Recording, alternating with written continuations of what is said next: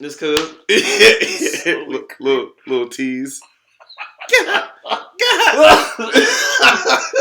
No, I'll replace this thing with the image. I don't know if you saw the fish and the looking up at the tree. I thought it was clever, like, oh, like, the Einstein quote. I don't know if Einstein ever said it, but it was the whole you can't judge the Einstein quote, but I don't know if Einstein ever said it. Yeah, but like how like 99% of his quotes are fake. So it's like it's like the Abraham Lincoln quote that's like, oh yeah, before I chopped down a church, if I had an hour to chop down a church, you use 55 minutes to sharpen my axe.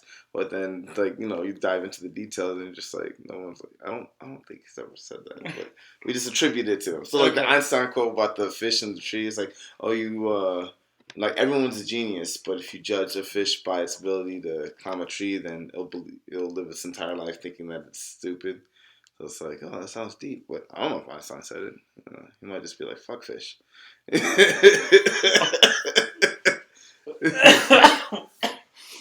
Okay, so I think to start off this podcast, we need to talk about the most important issue that's happening right now in the world. Is CM Punk returning to professional wrestling? Yes, I'm dying to know. Oh, that would be interesting. Wouldn't be the weirdest thing that happened. I don't follow it enough to know, but it's kind of weird. Like I would watch it randomly and I'm like, wow, the Undertaker's still doing it. How old is this guy? 53. I think. Jesus, yeah. I don't think you want to get into professional wrestling. Yeah, it's very niche. Yeah. Yeah, I really don't know enough about it, to be honest. I feel like I'll just be like... No, there are rumors that he's coming back. Really? Yeah. Oh, man. But with a different company. Oh, okay. So it wouldn't be like WWE? No, it's the one that's on TNT. Okay. I saw one that I was like... And I felt like I was cool, because I was like, oh, yeah, this is not mainstream wrestling. But this is like bad cheese, Was this recently? No, this is a while ago. I forgot what it was called, but this was back when I had cable. It was WWE, and then there's another alternative wrestling. It would have been TNA. Okay, that sounds right. Total nonstop action. Okay, badass. But they changed it to like Impact Wrestling. Yeah, I'm not familiar with that at all. It's on Twitch now. Oh, yeah, I don't have a Twitch.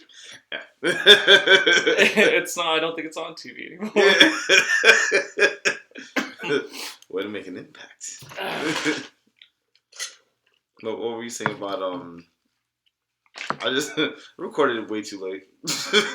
When you were talking about that porn star that was with Lana Rhoades came out with a thing talking about like what makes a trophy wife, and it was like her and her two friends that they have their own podcast, 3 Girls 1 Kitchen. Nice. So then they were just talking about like what like can make like what would make a trophy wife, and they were also going into like talking like and then like one of them was saying something. So let me backtrack. So Abba and Preach, are you familiar with them? No. They react to videos on YouTube. Okay. Like one's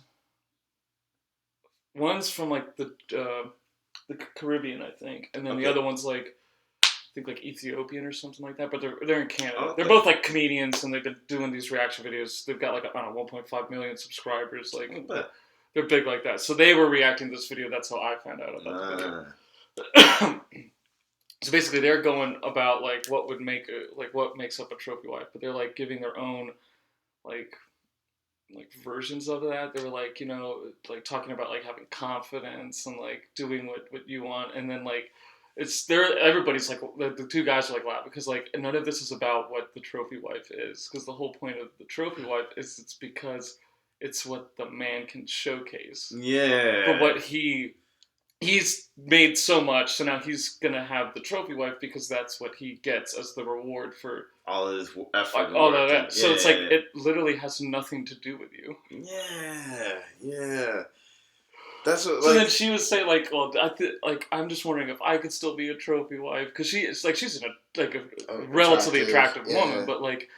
But at the same time, like she's talking about like her past and stuff, so they're laughing because she actually has like a record because like she used drugs, so she's been arrested and is a porn star. It's like so you have drug use, criminal record, and a porn star. Yeah, see, that's not what the trophy wife is. Ooh, yeah, that's the trophy that's wife. not a good trophy. The trophy wife grows up in like middle America, like went to college, maybe won a beauty pageant or two. She's so nice, man. Oh, she looks good too. Yeah, man. It's like someone. It was really great after she was able to get through her stint in jail. Yeah. Jail. Yeah, I don't. When you said record, I thought you were like trying to quantify her like porn history. I didn't realize she had an actual criminal record. Yeah, that's a little hard. Usually, being arrested and pornography are usually like, oh, well, that's. Oh, you look so familiar. You have done some screen time. How many 8 gangbangs you say? Yeah, it's not. But it's like I'm sure there's definitely people would be like, yeah. I could still be with her. It's like, either just like. She could still meet somebody, but like you're not gonna be. The whole point of the trophy wife is like. Someone was like. She's like great at like hosting and like communicating, and she's very attractive, and she's always looking good, and. Yeah. It's you can like bring her everywhere. Yeah, like she's hosting, barbecues in your backyard, or you're going to like corporate hedge fund meetings, and she's like, "Oh, nice to meet you." And she like remembers everybody's name. Yeah. It's like a trophy wife. It's like, oh look, she just goes everywhere and impresses everybody, and it's so great for me. Yeah, like there was this one show I used to watch, called The Game. And Jesus Christ. You remember that? Yeah. So remember the character Kelly and her and I forgot the guy who she was dating, his character's name, but she was pretty much a trophy wife. Like she was really nice. You took it with the blonde? Yeah. Okay. Blonde, yeah. So like she grew up, she was like really nice. She's a real cool person. She was a stay-at-home mom, but she was like active with the other wives in the other football players, and whenever when he was going through a rut and he was like really upset, he was like thought he was at the end of his career, trying to get all these commercial deals with I think he was trying to connect with Nike or something like that. And then he was bringing her along. It's like, oh yeah, I'm bringing her along on this trip. It's like, oh, this is nice. And then he's like, come on, Kelly, you're supposed to wear the other thing. And it's like, oh shit. Like he's like, it's almost like, that's probably an extreme case of a trophy wife. He's kind of like trying to use his wife's sex appeal in order to progress his career, type of thing. Well, I think more so the trophy wife is already doing that. Yeah, she doesn't need input. She doesn't need because she's just that great. Yeah, at fulfilling that role, and that's what it is. Yeah. So it's like if you're not doing that, then you're not a trophy. Yeah. You're just a regular person. I mean, it's different. Like if you're just like a regular person, it's like, oh yeah, that should go. That's nice. Or like, oh, that's cool. Or, oh, I'm not an underwear model. Right. But it's like, yeah, if you were like, I'm not gonna be an underwear model. Yeah, like it's supposed to be like a casual conversation, like, oh, pleasant, and then be able to maneuver to something else, not downplay her role or anything, but it's just that's what a trophy wife.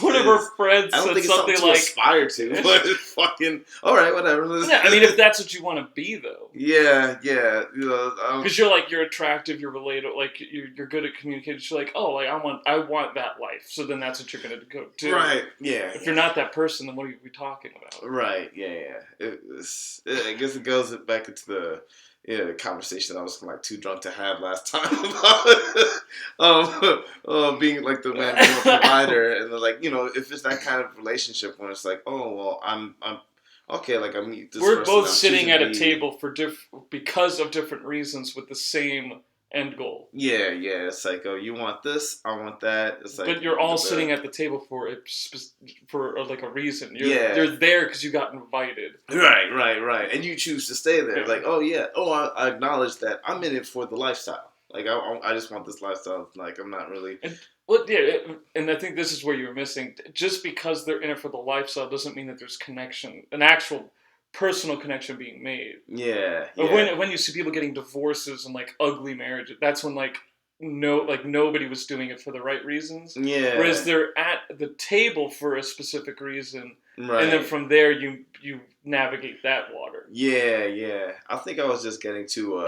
I was just very emotionally charged about that. I was You like, were very focused on Gold Digger. Yeah, exactly. I was just like, that's all. And that's all that was coming to my mind. Like in my, narrow scope of not being a millionaire, I was thinking, you want to be okay? You in it for this? I bitch. Like I'm. I was trying to tell you, it's like no, like. Oh yeah, no, I was on Pluto at that moment. Yeah, I was not listening about it. I went back to listen to the video, like, no, but it's just you just happen to attract more women. This is just what it is. And I was like, no, fuck that. No, this is ridiculous. Gold diggers suck. Yeah, that was terrible. Yeah, I had to check myself. I was like, wait a minute. Why am I getting so emotionally charged about this? Like, yeah, you were missing the kind of groundwork of what I was trying to lay. Yeah. When I look back at that, I was like, it's like the whole conversation about like logic versus emotion thing, and it's like I know that those things are both necessary, but most conversations, I feel like people get too emotional. Like even myself, and I'm just like I think everybody should be more logical, but there has to be some kind of balance though, because then you just come across like a psycho like me. You make too much sense, you asshole. No, but it's like I have no emotion. Yeah. Well, yes, but when you look at the numbers and how they break it. This one girl always says, you and your fucking graphs. Oh, shit. You bring graphs too? No, I don't.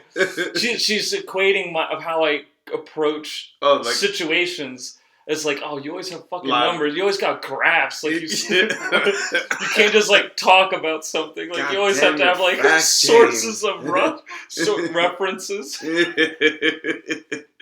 Oh, man. That's funny. Study breakdowns. It's absurd. Why are you worried about this? Just because the majority of people. Well, did you know 86% of pedophiles were molested as children? Who cares, James? Fuck them all. Meanwhile, why do I know the exact statistical figure? I believe it's 86%. Oh shit. Yeah, there's probably something there. Like especially like we don't know that much about the brain. It's like it's point of reference. Yeah. So it's like, oh, these things Just it's just an odd coincidence. 70% of I think it's between 70 and 75% of women who get into porn. Mm-hmm.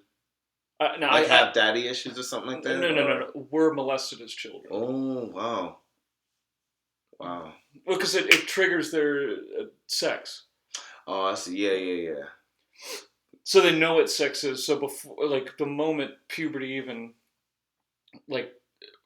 before puberty, they just have a radically higher libido. You're looking to think about what that's going through your head. So it increases the likelihood of you getting sexually active at a younger age, which then it obviously increases, rash decision making because you're also probably not in stable environments and homes. So then that goes from there, and then now you're sucking dick on camera at 18, thinking that that's a good way to go to the future. Yeah.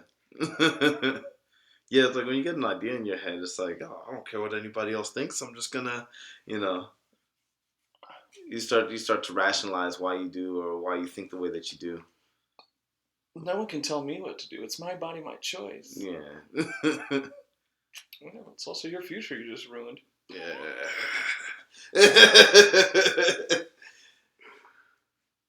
It's like, I mean, it's fun. I'm sure it's fun to do that stuff. I mean, I'll probably do that. I'll be like, oh well.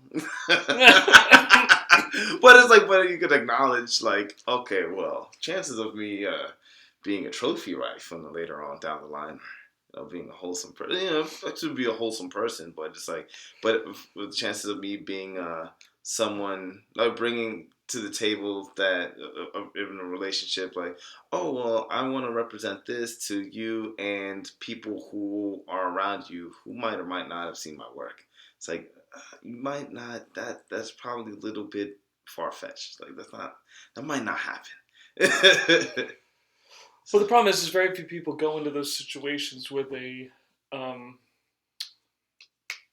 open mind into like being.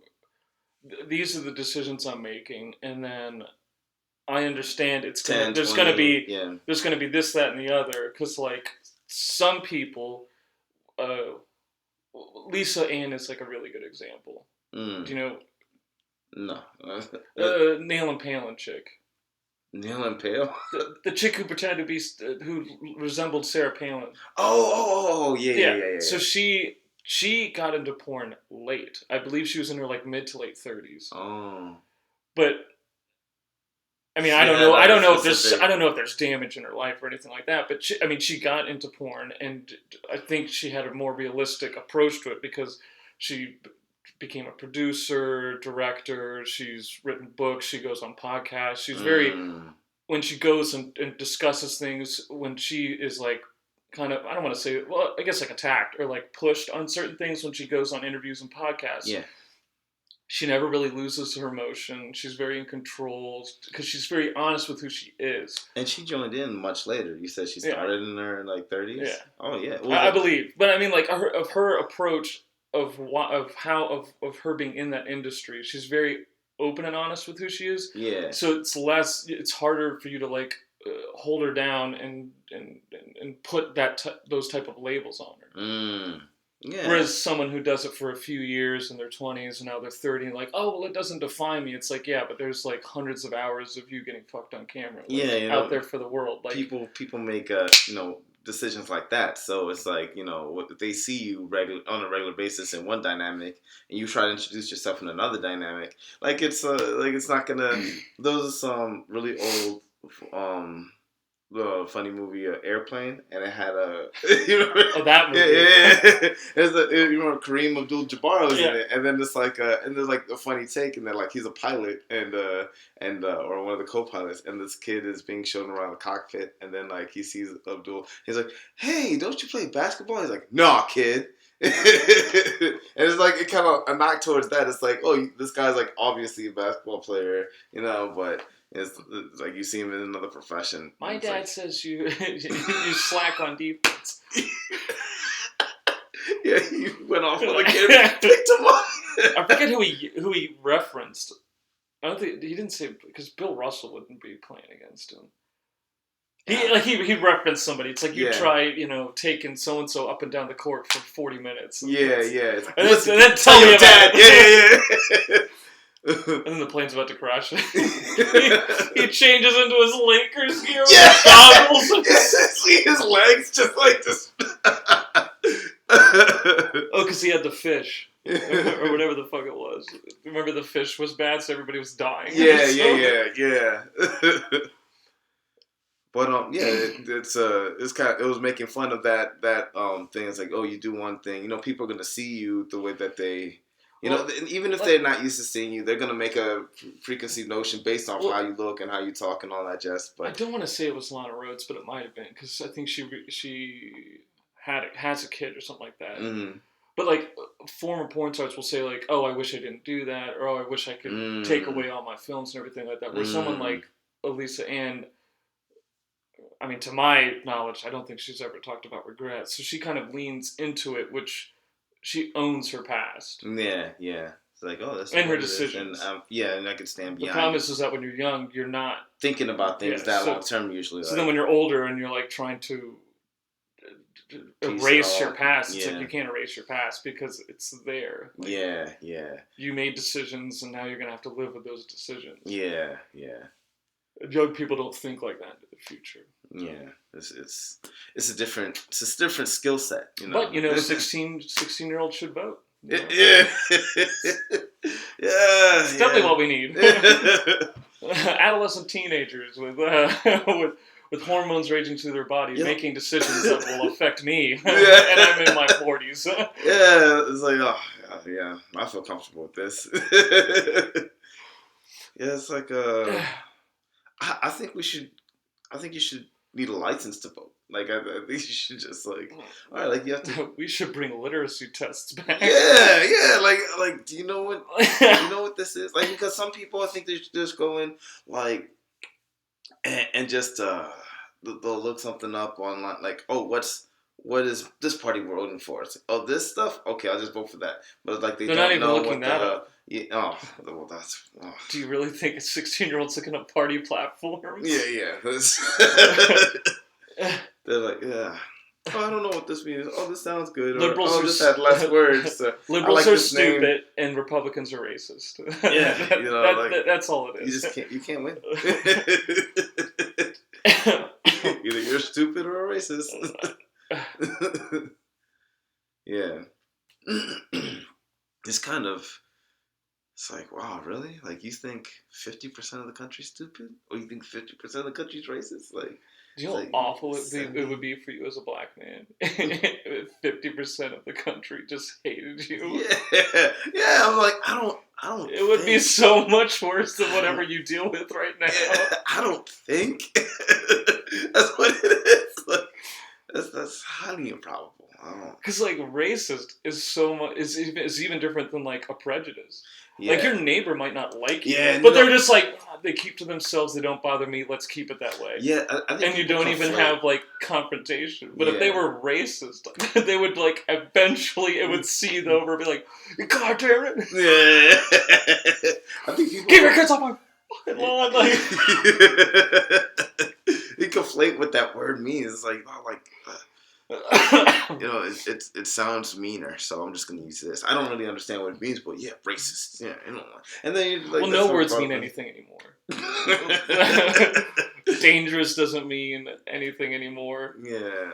I got into not an argument, like it was an argument at all, but like somewhat of a heated discussion. So I was talking about the degree of response of like the Capitol riots. Okay. As opposed to like, I don't even like to call them.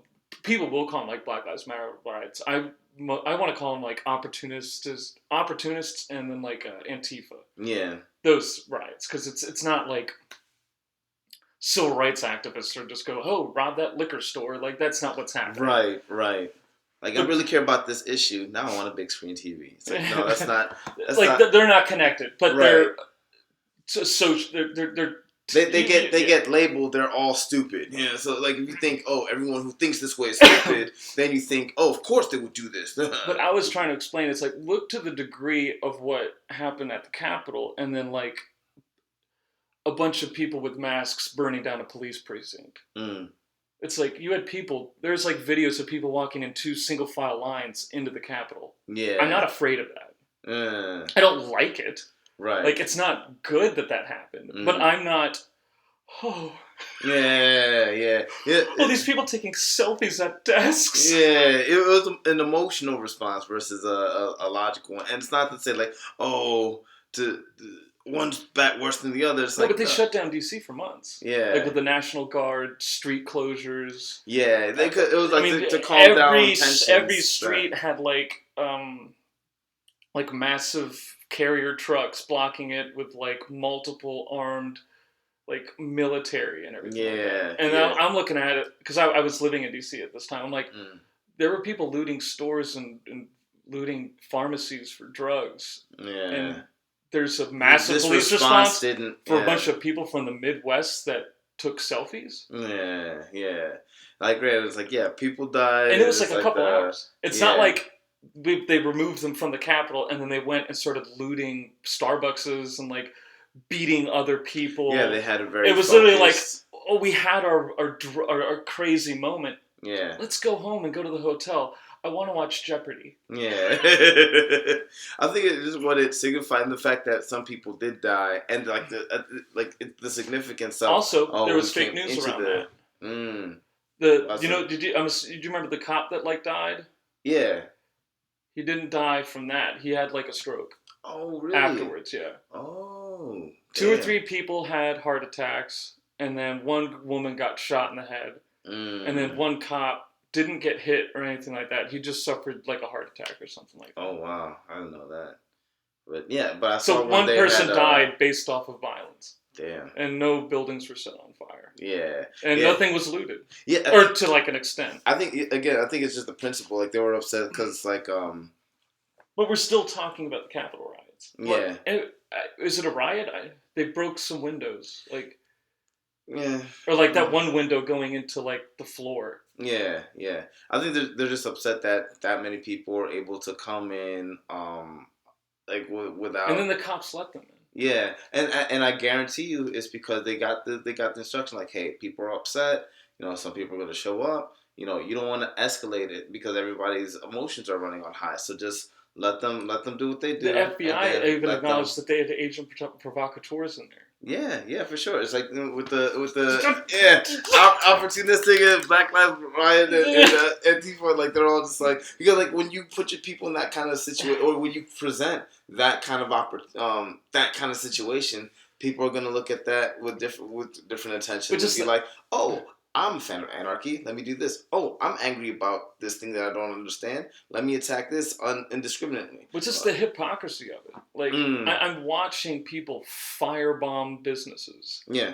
And like with Molotov cocktails. Yeah. And you say, oh, well, you know, we have to remember these are only a few people. It's not. And then some people just basically aggressively walk into the Capitol. Yeah. Which, what happens if like 100 people walked into the Capitol when you can? Mm-hmm. And then they just started chanting things. Yeah. Is that equally as dangerous? Like, you could still walk into the Capitol. Mm-hmm. Yeah, I think it was just But because it was very aggressive, and then people were shouting, I want Nancy Pelosi, or something like that. Yeah, yeah. We can't now have I should be rational when people are throwing rocks and shooting commercial-grade fireworks at police. Yeah. I need to be rational when I look at that. Yeah, but some people who understand. But some people who are really angrily and aggressively walking through the Capitol, taking selfies while some guy's screaming with a buffalo head. Yeah. That's the one that I really need to be concerned about. Yeah, that was my problem. Is that like the unfair response? They were telling me not to be so concerned about like Portland. Yeah, right. Like who's that senator? Who's that really short senator with like the high pants that would like pass his belly button. He looks like a troll. Oh god. No, I don't know. he's so funny. So he said Antifa doesn't exist. Oh boy. So it's like Portland's having like, you know, hundreds of straight days of buildings being set on fire. Yeah. I shouldn't worry about Antifa. Yeah. What I need to be worried about is the Proud Boys. Like, yeah, of course. You know, like I can't be worried about. Well, I can't be worried about both. Yeah. There can't be bad people on both sides. How dare you? How dare you? Oh shit! Yeah. Oh, that is I like listening to 15-year-olds with autism and depression and mental health disorders. Yeah. What does she have? She has autism, depression. Wait, who are you talking about now? Oh, the Greta Thunberg. Oh. She has autism, or some form of autism, depression, I think some type of mild bipolar disorder. Like, she's got, like, a lot of issues with her. And I'm supposed to listen to her talk about global policies. Yeah. She didn't even finish high school. Yeah. Unless that IQ's 185, I don't really want to hear what she has to say. Yeah, man. There should really be a license to vote. Like, you don't have to think a certain way. You just have to be able to. When she was getting popular, there was like a kid. I want to say he was still in high school because I think he might have been like 17 or 18 at the time. Yeah. He literally developed some type of device, I don't know how, that goes to the ocean, picks up things, and like somehow recycles them as it's doing it. Oh wow, that's incredible. And he was still in like high school. But like the whole thing. Where is his little speech? Yeah. This like, chick's just saying, just wagging a finger at politicians and bureaucrats. Yeah. This guy's cleaning the ocean. It's about what it signifies. It's not about what's actually worse or beneficial to everybody, but it's just about this makes me feel that way, or I'm afraid about what this signifies, so I'm gonna harp down on this and not on that. And it's like, all right, like, you don't walk around and punch babies in the face and just be like, oh well, I'm pretty bad, but I'm not killing anybody. Like like these are both bad things. Like it's not. But if one is unjustly critiqued a little bit more than the other, it's like you can't get mad at people for pointing it out. Or if you do, it's like you have to analyze why is that. Like, okay, is this a logical reason why you're upset about it? Maybe not. Maybe you just feel upset because this isn't the way that you believe. You don't believe in this, so you think punching babies in the face is okay, but you think murder is horrendous. Punching babies in the face is in the Ten Commandments. It's all right, So it's like. Well, just like with the Asian hate crimes increasing, Mm-hmm. right? And at least to me, it was obvious the way they were showing it was like tagging on to what's happened with like black people, right? Yeah. But like, I think over 50% of hate crimes against Asians are committed by African Americans. Yeah. I mean, you're seeing videos now coming out where like black people are like. Some black guy's like assaulting and robbing an 80-year-old Asian woman, like knocking her out in the head, and like her head's hitting the concrete, and then they're stealing her purse, and it's like, but you're not talking about that. yeah, because they're trying to tag it along for the sake of white people are bad. What it signifies, yeah, it's like America's gotta fight racist, against the power, white supremacy. white privilege. And... It's like. But then also people don't understand that there's actually a lot of racism from Asians against black people. Yeah. Which is why there's, in certain communities, there's a lot of animosity against Asians. Yeah. Because there's racism against them by the Asians. Yeah. There's a lot of stories about like back in the day where it's like, like a black guy walk into a job and then an Asian person would be like, oh, we don't hire your kind here. Please kindly get out. And it's like, because white people are much better at being like, okay, we'll get back to you. We really like what's going on. And then they don't get back. It's like, oh damn. The Asians will actually tell them, get out, I don't want you. Yeah. Or like, this one time, I went to New York. I hopped on a Greyhound. I was like, man, I don't know if it's gonna be worth it to drive up there. So like, found a Greyhound ticket, $27. Rode up there. Then as soon as I got to the George Washington Bridge, I was like, oh, the toll's $12. I was like, okay, this bus ride's worth it. But I'll stop by and get at the train station, and then like, man, I could really use some headphones. I walk into this convenience store. Excuse me? Yeah, no catfish this time. But like a convenience store and like I got some headphones and like kind of looking at me funny. I was like, all right, yeah, and I didn't think anything of it. I was like, oh, cool, but I can't like a suitcase and whatever with me. And then like I was in the store and I kneeled down to open up the thing. Jesus! And I put my headphones in and I look up. And there's a balcony. There's like, so I see like two people. They're all Asian, but two people are up in the balcony staring down at me. There's like another person like out of the back corner. The guy at the front desk is like studying me real carefully. And I was like, yo, what the fuck is this? Did I walk into like a Rush Hour 2 movie? Like, what the fuck? But I never get up to fight. Yeah. And I was like, man, do you think I was gonna try? Man, it's just because of how I look. And I didn't think about it till I left, and I was like, I probably look sketchy as fuck. Walking in with like a suitcase and like Well, also the people that are probably going in there and stealing stuff are not your typical white New Yorker. It's probably a black guy. Yeah. Unfortunately, But it's like it's like the same. Or depending on where you're at. No, yeah, but it's like the same level. Staten Island might be another. Yeah, it might be different statistics. White people. God damn it! Craig. Cracker. Are we doing the thing where I could say my racial slurs? You can say Ninjas. No, but it's like the same kind of that's the same kind of assumption. It's like people who usually do this are black. So it's like, and so they make that snap judgment. So like they see me kneeling down, like fiddling through my bag looking for scissors or something to help open this up. There's like, oh, this black guy's probably gonna try something. I was like, oh, well, that's not fair, But they're making that assumption because they don't know who I am, and it's like because the majority of not just because the majority of crimes are done by this particular race doesn't mean that the majority of this particular race are criminals. So it's like it's still the same. But unfortunately, that's the reality. This is what it is. Well, this is the way that I'm power viewed. dynamics. Because I was actually reading some stuff about this. Uganda did that. I forget his name. His first name, Amin. Is it Eugeni Amin or something like that? The dictator. Oh, okay. The last King of Scotland. That movie. Oh, okay. With Forrest Whitaker, you know what I'm talking about? Yeah. So that was like that very like violent dictator in Uganda. So one of the things that he used. The Idi Amin? Idi Amin. Yeah. There you go. I knew it was Amin. Yeah. So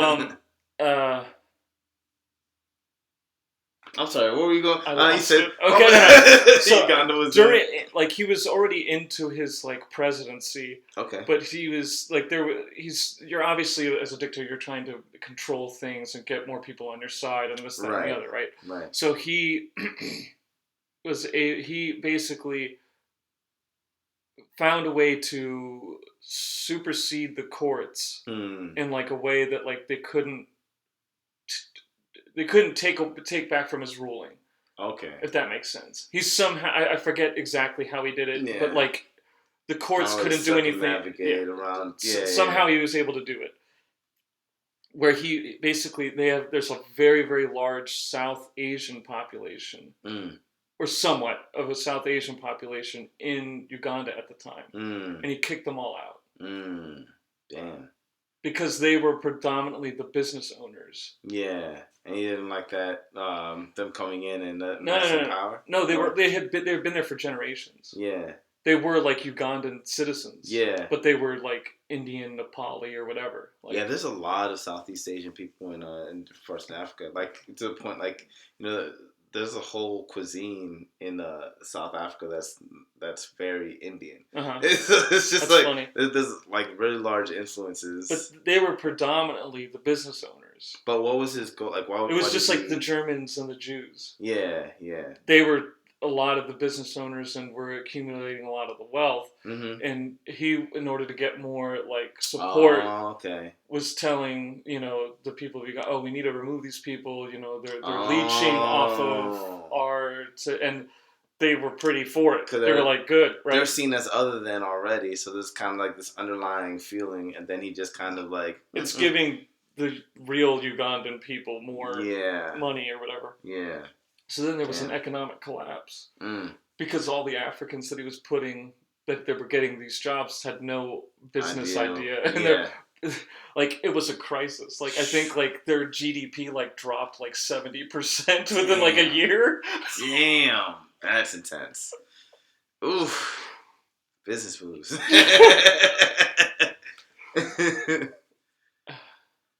Yikes. Yeah, it's pretty powerful. Like some people think that, I hate that kind of mindset where it's like, oh, for me to have more, I have to take from you. Or you can't have as much, so I can have more. Well, just like with AOC, when she said that billionaires don't make $1 billion, they take $1 billion. Yeah, like that kind of rhetoric, that's the same kind of, and not to, like I hate to always relate, not always, but like people. Well, it's just like Bill Gates, like the mere fact that he created the Microsoft software, he could maybe become a billionaire. Yeah. Just off that the alone, idea. Yeah. Like, he doesn't even have to do anything. Yeah. He's just existing, and then like, I have $1 billion. Like, yeah.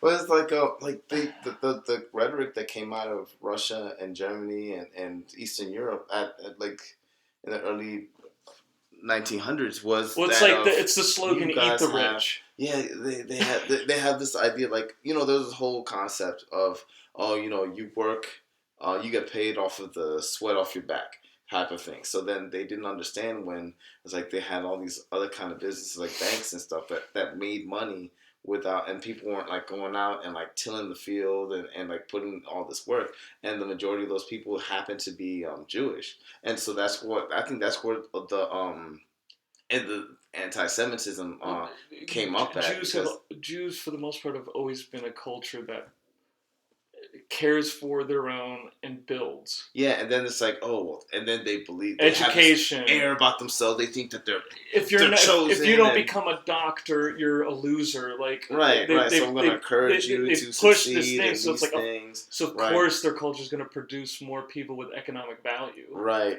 and then it's like than some redneck culture. Yeah, and then it's like, and so they're looking at that, and Kentucky's really spry. Like, yeah, when I think about business, boy, do I think about Kentucky. I think of rural Tennessee. Yeah, but yeah, they're like they were seeing like, okay, they're other than, and they identify and focus on themselves and or identify as chosen, and so loop that together with, oh, they're making all this money. I don't understand how they're making it. Instead of, oh, let me sit down and try to figure this out and try to do it for myself, my own community, they look at it, those motherfuckers, yeah, evil. Like, this is the reason why we all this thing stuck. Our countries. Mark Cuban's a perfect example. Who's Mark Cuban? Who is he? Yeah, I got that. Dallas Mavericks ouner. Oh, okay. So he was one of the guys first in on the internet. Yeah. What was he connected to? I couldn't tell you. I'm trying to remember. It was something massive. Right. That's all I remember. Like, he could be like the founder of Ask Jeeves or some shit. Like, yeah. So he founds that and then sells it for, I'm assuming, hundreds of millions of dollars. Mm-hmm. And then through just investments, he just grows it, and he's a billionaire. Yeah. Like, unless he's an idiot, he's gonna be it's gonna make a lot of money. Yeah. No. You just find a money manager. Hey, can I put some stuff? I don't want to pay high taxes on it, and let's get some slow growth at 7%. Yeah. Over like 200 million. That's absurd. Like, the amount of return that you're going to get on that. You could live off the amount of return. You could live off the fraction of that 7% of all that. It's like, oh, wow, yeah, it's okay. And that's what a lot of people do. Like, you can look at smart investments. You could look at like General Electric. Yeah. General Electric's down $5. It's trading at $6. Usually it hovers around 11. Yeah, I'm gonna put $100 million in it. Yeah. Yeah, especially like it goes up $2. How much money did you just make? Boom, $200 million. Boom, boom. Like if people just actually it was $1 shit. But because people don't understand how that works. The same way, like back in the day, in those places when they're like, oh wow, that's interesting. How do I want to learn how to do that so I can do better for myself and everybody around me. They look at them like, oh, they're other than. Oh, look at all the stuff that they have. People who this is not. I don't like this, so they're evil. There's like the phrases like, you need to have money to make money and stuff like that. It's because if you see something like Tesla and you're like, I like what Elon's doing. This seems good. I have $200,000 to spend. Mm-hmm. I'm going to invest that when it's trading at $150 a share. Yeah. So then it goes up to $700-800. I'm out. Boom. Yeah. I just sold that, and I just made double my money by just seeing an opportunity, and boom. You just made millions of dollars. Yeah. And people are doing that constantly. Yeah. Oh, what's this new company? Oh, I'm looking at it. They're going to have a trade deal where they're going to be the exclusive hydrogen company for Korea. Yeah. Which that actually happened. I invested in that. And it's been fluctuating up and down, and I need to sell when it is up, and I'm an idiot, but... it's impossible to time the... No, you know. Because I've done it twice, I know. I just don't pull the trigger. Yeah. But that would be an example, right? When that was trading at like $17 or something like that, I'm assuming there's somebody who knew somebody who was like, hey, like there's these deals going on. Because I read about it before it really blew up. Yeah. When I first got in on that company, and then it got their trade deals. The deal went through where they were going to be like the biggest hydrogen supplier in South Korea because it's a South Korean company. Yeah. It was, I think it ended up going up as high as like almost 50% return. Wow. But like from when if I you bought initially, it, yeah. no. From when I bought it, it was up 50%. Yeah. Like yeah, I was up understand. like a few $100. Right. So if I had 20 grand to just say this looks good. Yeah. Boom, and then just to watch it. Yeah. Ugh. But that's how that happens. That's why, Right. like, when she says something like that, it just doesn't make any sense to me. It's well, like, it's just coming from a place of not understanding, or coming from a place of like you trying to represent people who don't understand. Like you just like people who. It's like the grow WNBA. Up, let me. The WNBA barely can make total revenue more than a single Staples How store. come we don't get paid as much as men? You're sexist. Did I tell you that about Staples? No, what happened with Okay, Staples? so there's a big. I thought you were talking about WNBA versus NBA. No. The retail supplier, like office supply store, Staples. Okay. So I used to work for them back like years ago. Okay. And every now and then I would just. I could look up like sales numbers for like your store and stuff like that. Yeah. But then also if you were able to type in a random number or something like that, you could find another store. Yeah, like I don't know what 529 is, but I could type it in and then it would show up, and that's like Missouri or something like that. But there was this real big store on the East Coast in New York. It was like a double level store in like Times Square or something like that. So that was like. That was just a big store, so we just knew the numbers because every now and then we would just check it up. It's like, oh, that's crazy, because it would just do very well. Yeah. So I just remember one year it did like 13 million or 13.5 million, and the store that I was at usually was around 6 or 7. So it was doing double what my store did in the DMV area. Yeah. Doesn't really matter. It's who gives a shit, but. I remember like 3 years ago, I think, the WNBA did like 20 million in like total revenue, or 25 or something like that. So it's like they're barely. Put in relation to the Staples store. A handful of office supply retail stores can do more than what the a national organization that has TV deals. Right. And national exposure, like you're constantly seeing commercials for them. The WNBA's in the NBA 2K and everything like that. And the movement of money that they generate is like Meanwhile, the NBA. Meanwhile, the NBA it's not even comparison. It's not even compared to like same. What Staples is. Yeah, like it's a better company than what Staples. Right, is. And it's not like men are you care more about men, they're disproportionately paid compared to women. It's like no, well the whole purpose of sports. Is entertainment. So it's like if people just happen to find one more entertaining than the other. It's viewership. It's just like wrestling. Yeah. So like I watch it because I'm more entertained by this versus that. It's not like and WNBA sucks, NBA is awesome. It's just I'm more entertained by this than that. It's not a haha take that women. You were talking about watching wrestling, right? Yeah. Around the time where you were watching it, that show was probably doing around 1.5 million views per episode. On the network that you would have been watching it on, which would have been, I believe, Spike TV or TNN, depending on what it was. Had all those action movies. Yeah. They were Spike, yeah. near the end, when they ended up leaving that platform, it was probably around 400,000.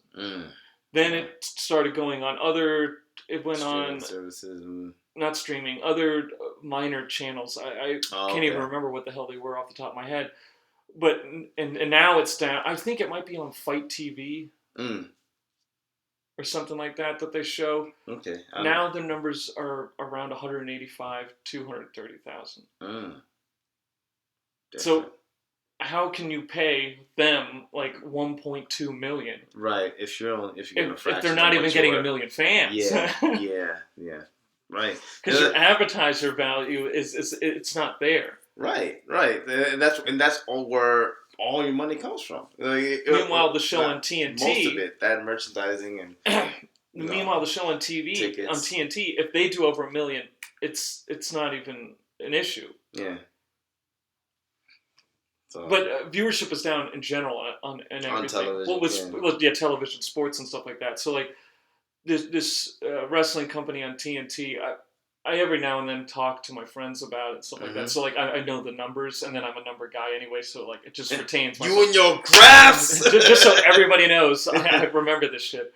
So there was like I want to say, I think it might have just been the NBA regular season, right? Okay. So there wasn't any real major promotion of what was happening on that wrestling episode. Mm-hmm. I mean, there was probably stuff being talked about it, but there wasn't a key, like, oh, you have to tune in for this. Like, it was just like a regular, this coming week, check this out. Yeah, it did like 1.2 million, and then like the highest rated NBA game on Wednesday night, because it was going head to head with NBA on ESPN. At the same time? It was like 900,000 or like 600,000 or something like that. So it almost like doubled. Yikes. I think it was around 600. Yeah, so it almost, I think it doubled what the viewership was. So twice as many people were watching a wrestling company that has only been around for like a year and a half. Yeah, versus NBA. Wow.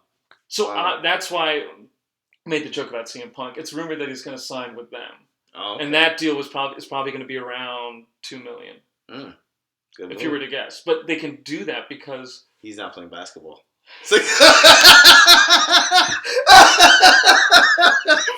Yes. Because you can't do it in UFC anymore. Yeah. Oh man. But they can do that because they're getting they're showing that, hey, like because before their first year it was usually hovering around 700 to 900,000, but now they're getting in that over $1 million. Barrier. Playing a different they're game. signing some more bigger guys, and people are talking about it. Their YouTube views are going up, so it's like people are intaking this product. Right. You can afford to pay these people more, and they're doing that for investment purposes. We're going to pay this person. Yeah, we pay out this much, but it's going to get X amount more views, and it's going to blow up even more. Yeah. And I think they took a lower deal as far as overall money getting per episode. Okay. But with the intent on getting increase on revenue earnings off of contracts their and stuff? Commercials. Oh, okay. Oh, the wrestling. They're working out deals because they're smart. Yeah. Like, oh, yeah, I want to work this out. So it's like. Whereas the WNBA isn't.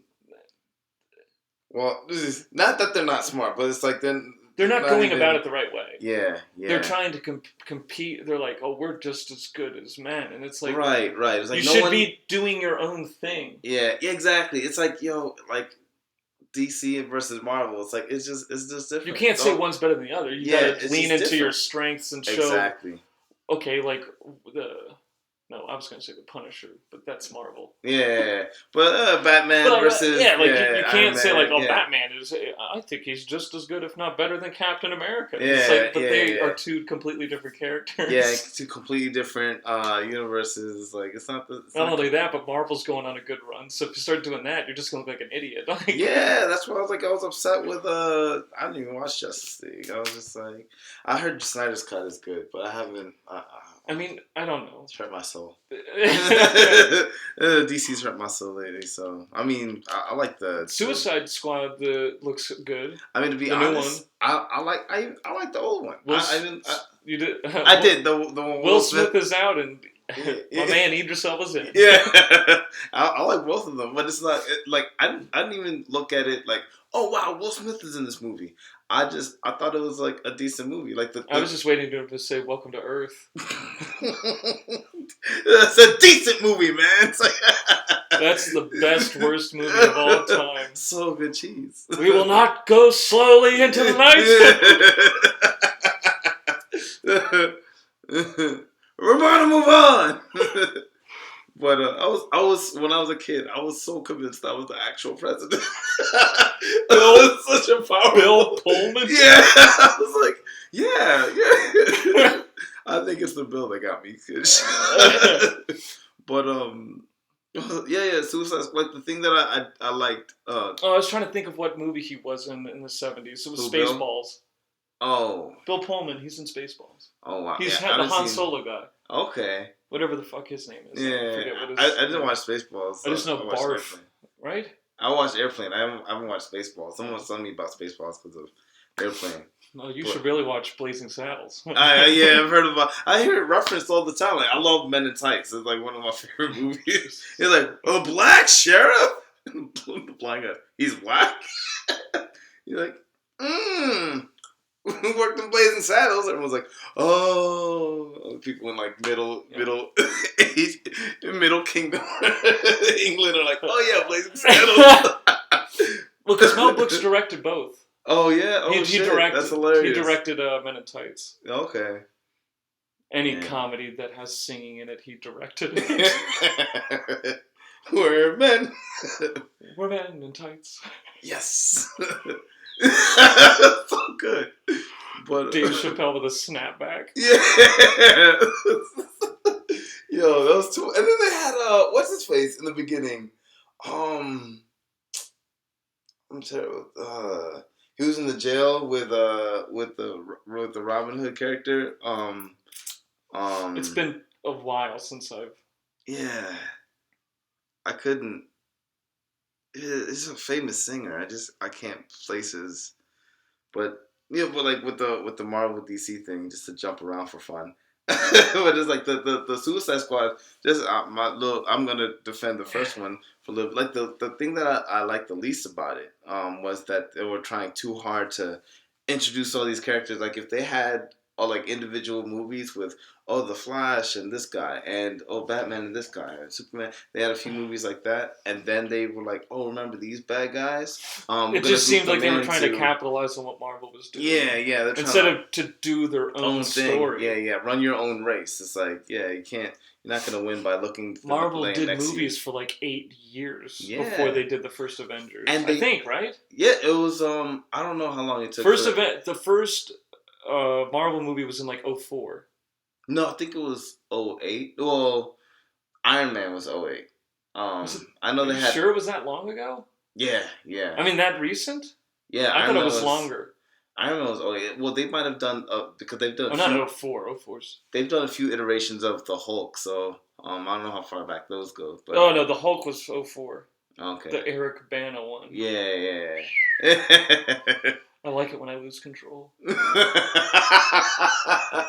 Ooh. 50 Shades of. It looked like he was jerking off. Yeah, because there was the scene where he's profusely sweating and shaking in his bed, but both his hands are like they look clearly tucked into his legs, and he's just gyrating and moaning. But just run your own race. If people organizations, whatever. You're right. 2008. But it's been But 2012. They pulled off of popular comic book series. Also, they pulled off of some of the most successful comic book issues, and then translated those into movies, and then they played around a little bit with it. So it's like, okay. Well, you're talking about Marvel? Yeah. So wasn't Iron Man not as popular? Yeah, I don't think Iron Man was popular. No, but I'm talking about like the Infinity War thing or the Secret Wars. Like they kind of took a nod to that in. You mean the general consensus of what they were doing had a lot of backing? Yeah. Like they knew that this was popular. Like I think they took a chance on Iron Man. I think they were just like, oh yeah. Like I think they knew Iron Man. Yeah.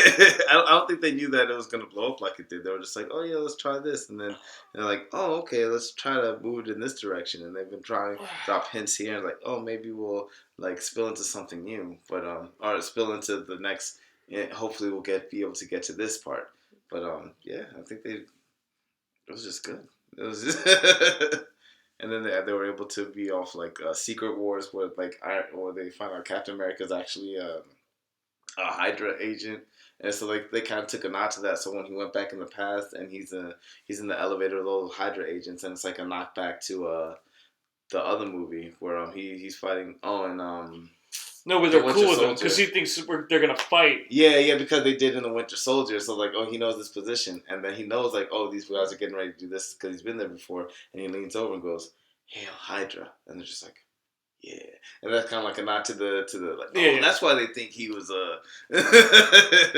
So like that's what like they took things that were popular in the comic book realm over like span of 50 plus years, and they played around with it in the cinematic universe, made it look pretty and have big actors. Now they're just going to diversify it. Yeah, I'm worried about. You should already be worried. You shouldn't. I'm worried about you. It should already be there.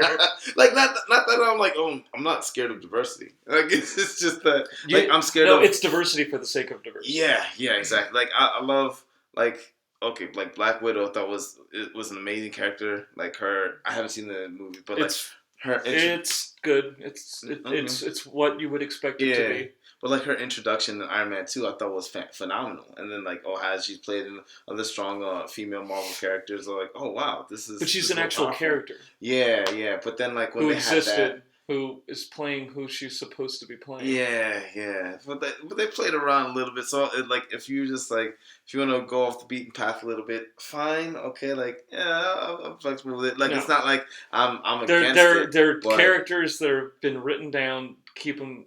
Well, this is where I was upset with Marvel. Like and it's only for like a little scene, like with Endgame, and they have all the female characters lined up, and like, like it was like obvious, like this like really cheesy, obvious knock towards like virtue signaling, be like, oh look, feminine power, versus like no, nothing wrong with feminine power, but I feel like they did it so successfully in a non obvious. The rumor for the new Thor is that Natalie Portman is going to be Thor. Yeah, I don't. That's different. You know who she played in the? Yeah, she was Thor's love interest. Yeah. So naturally, she picks up the hammer, and Oh, but that would take away from the end of Endgame when Captain America did it, and it's like not to say Natalie Portman is not worthy, but it's just she's not worthy. She's not worthy. Not to say this, but this. Yes, it makes no sense. Yeah. It's like at the sake of like if it's like in The Mandalorian, like there was this one part, and I didn't realize it till someone posted it up. Like, oh, you're talking about the female Mandalorians? Yeah. They had the female Mandalorians, and they had the Stormtrooper. But female Mandalorians existed. Right. Like I'm just saying, like Spider-Man's not Muslim. Like like they fit it into this. They can showcase this without trying to be an obvious like, oh yeah, like well we care about you too. It's like who's a character that hasn't been introduced yet? Well, I'm trying to think. I mean, there's a bunch, but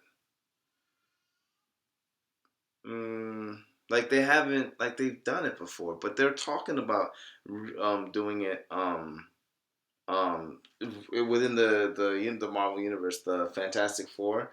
They're talking about doing that. I can't wait to see who those people are. Yeah, it'll be interesting.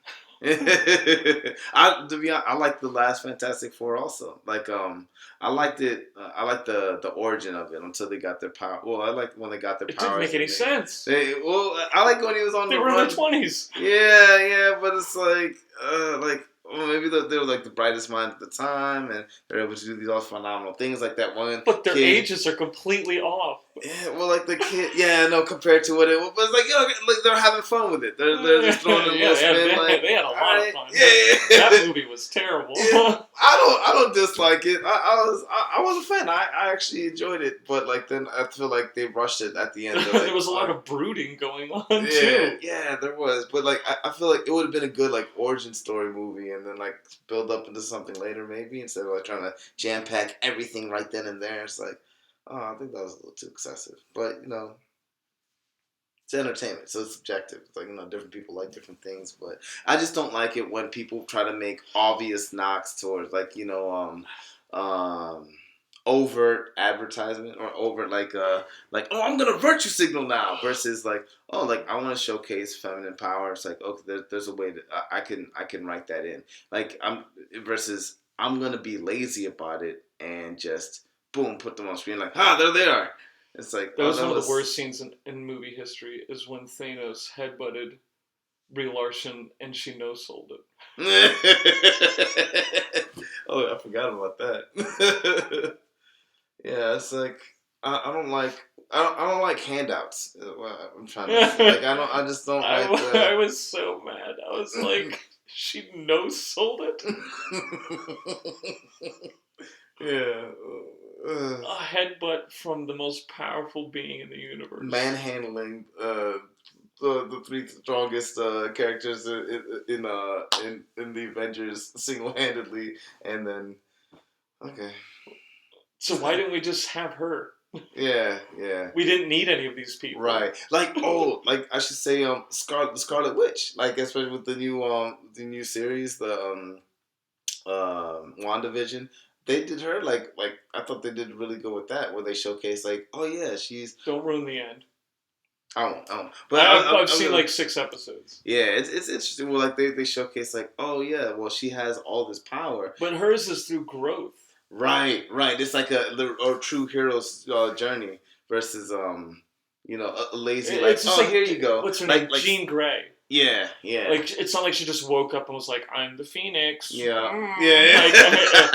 It like took a period of like 40 years of her life, and then like she became this crazy most like unbelievable powerful person. Yeah, exactly. Or like when I think about the real hero's journey, I think about the big difference between Star Wars, the original trilogy, versus the new trilogy. It's like, they're just like, oh, well, yeah, here you go, you have power. Oh, here you go, you're able to compete against somebody who's trained all this life.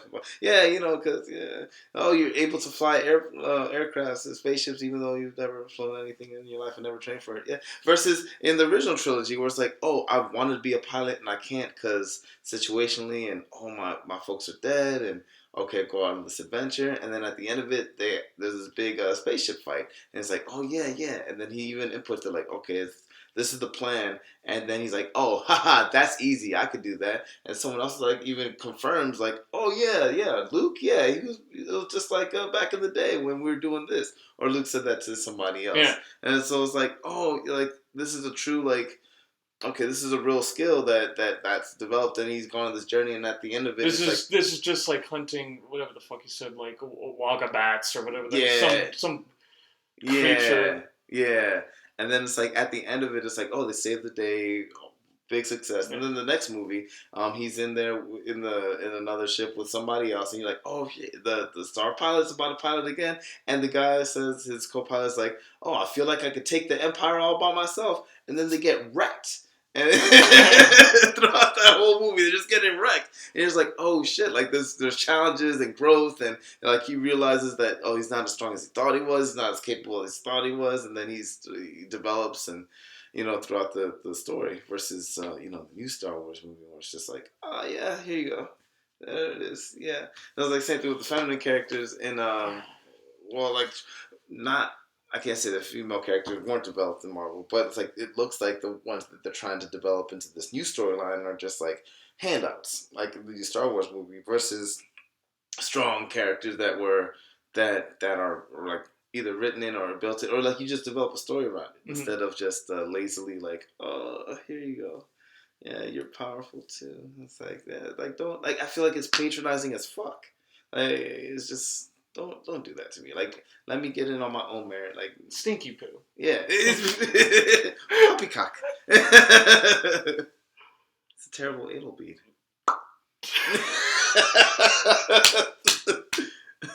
Don't play with my ass, man.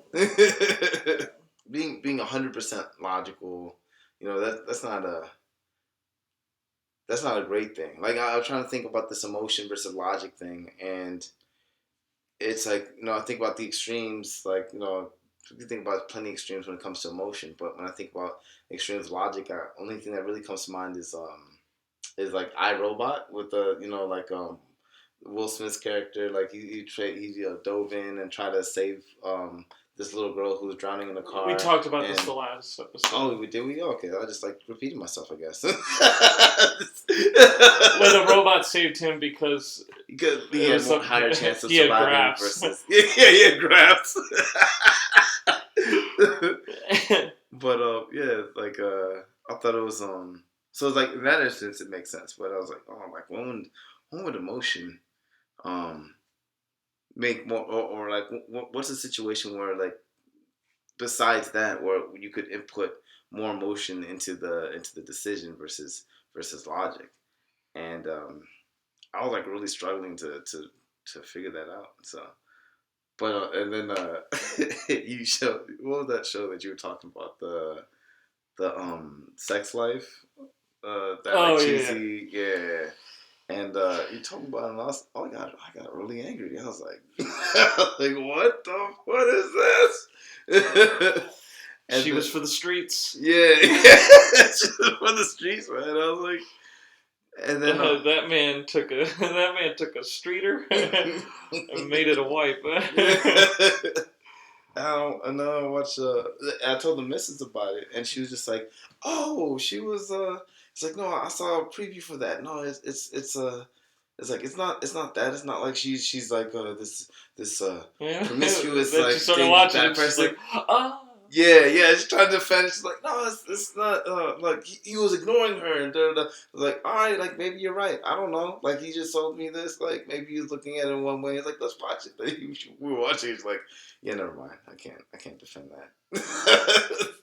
Because it's like, it wasn't like he was, like the scene she was talking about was in the beginning, like, he's like, he comes home and he's picking up his kid, and then he's like, oh, where's my little girl, my beautiful princess, and then he was just, I don't know if that would be called nesting, but he was...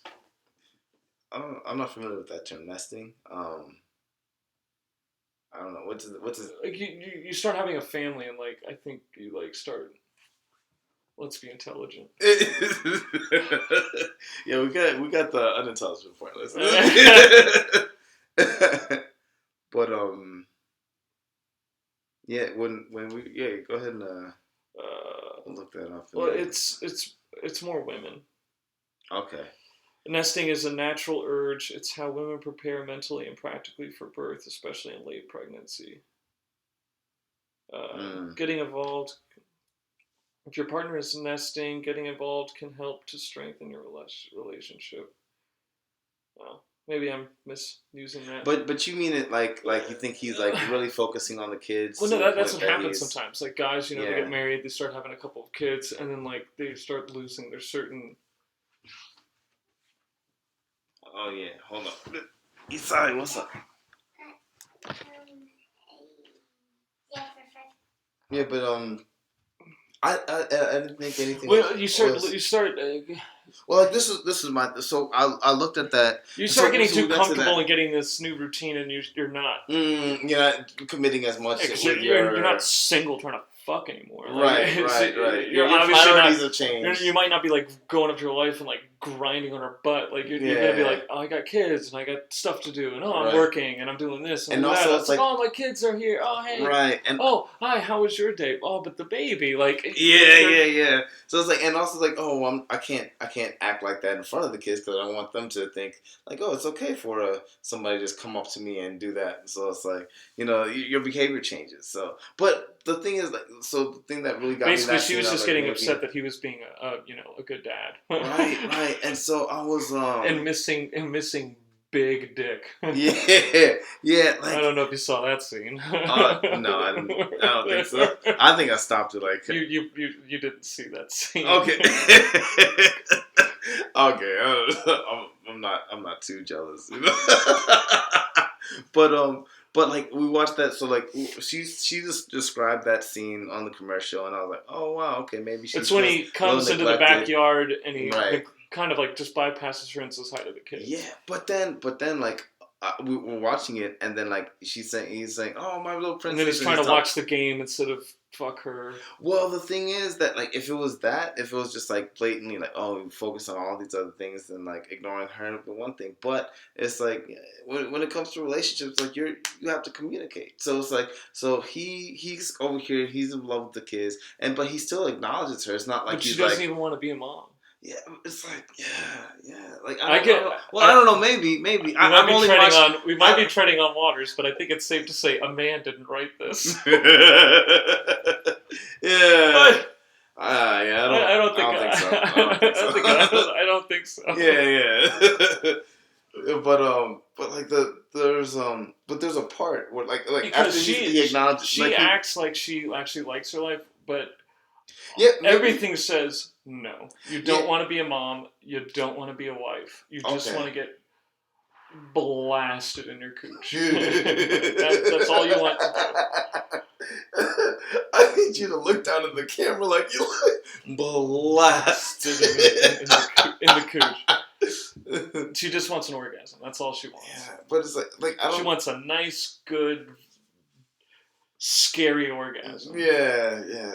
You watched more of the show than I watched the whole season. Oh wow, yeah. I watched every goddamn episode. I watched a solid 8 minutes, I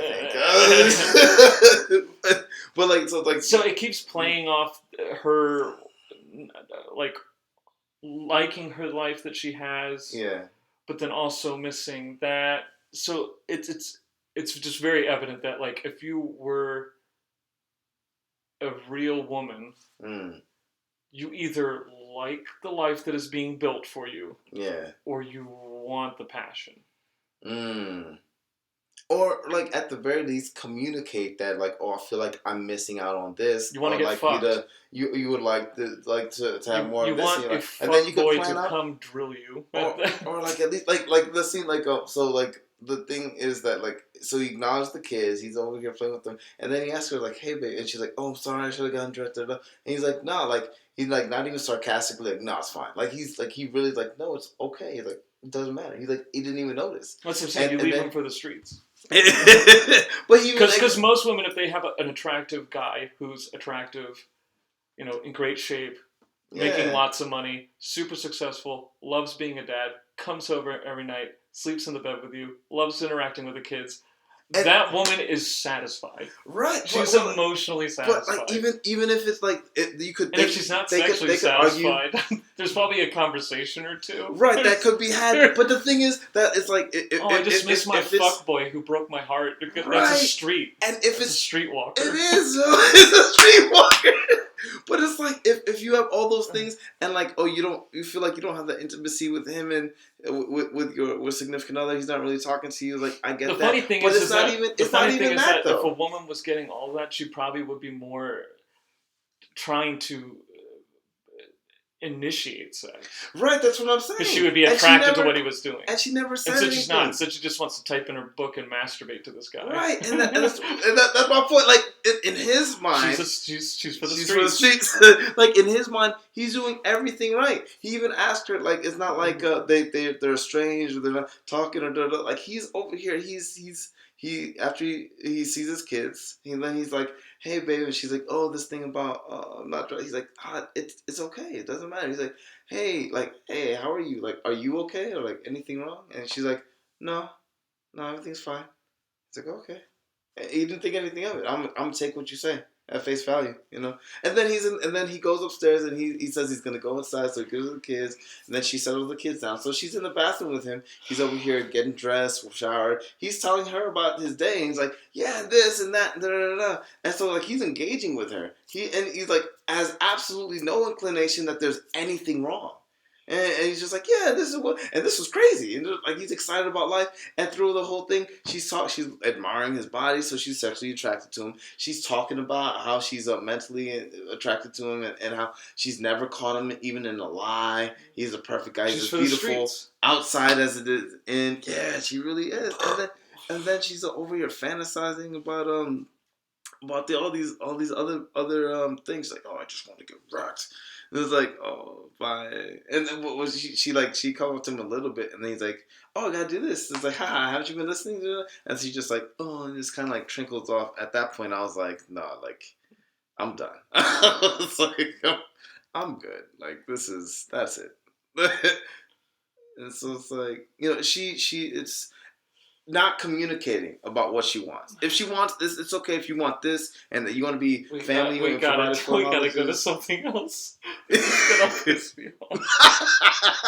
Also, like in summary, like my anal bead conclusion about this is like she doesn't communicate. Maybe it's because she doesn't know what she wants. It's like, fine, that happens. There's more to it.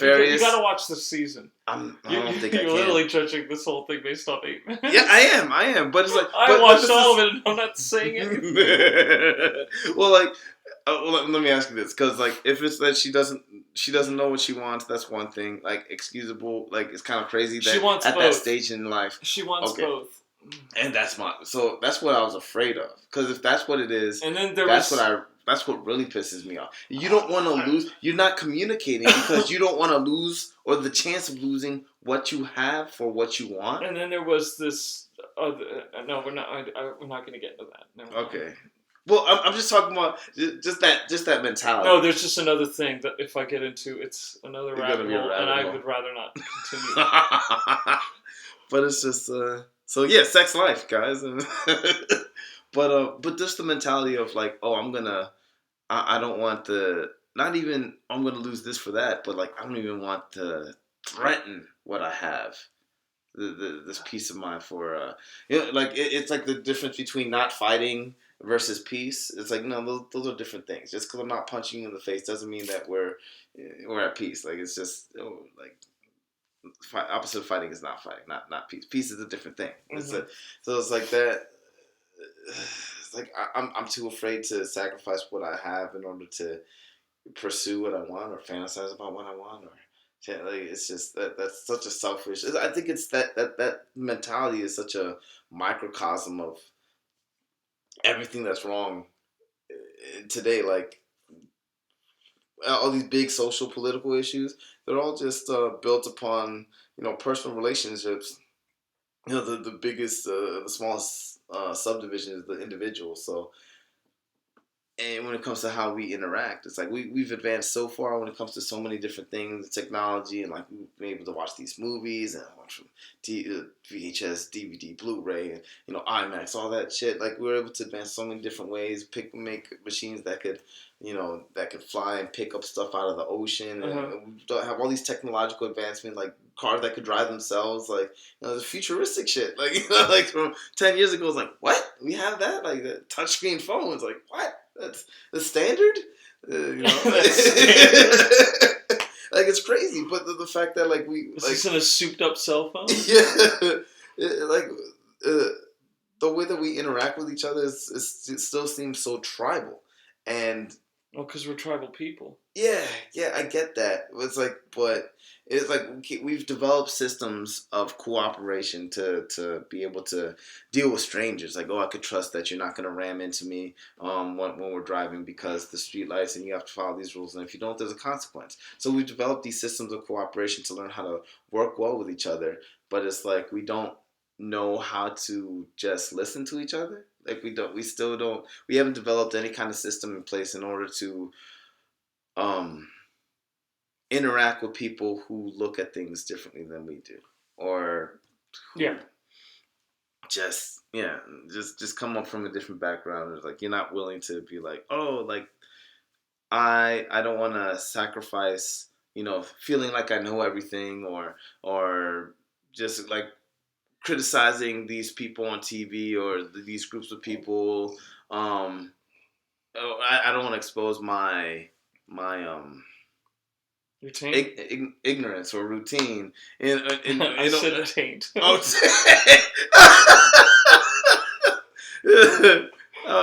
don't want to expose my taint. I don't want to expose my taint.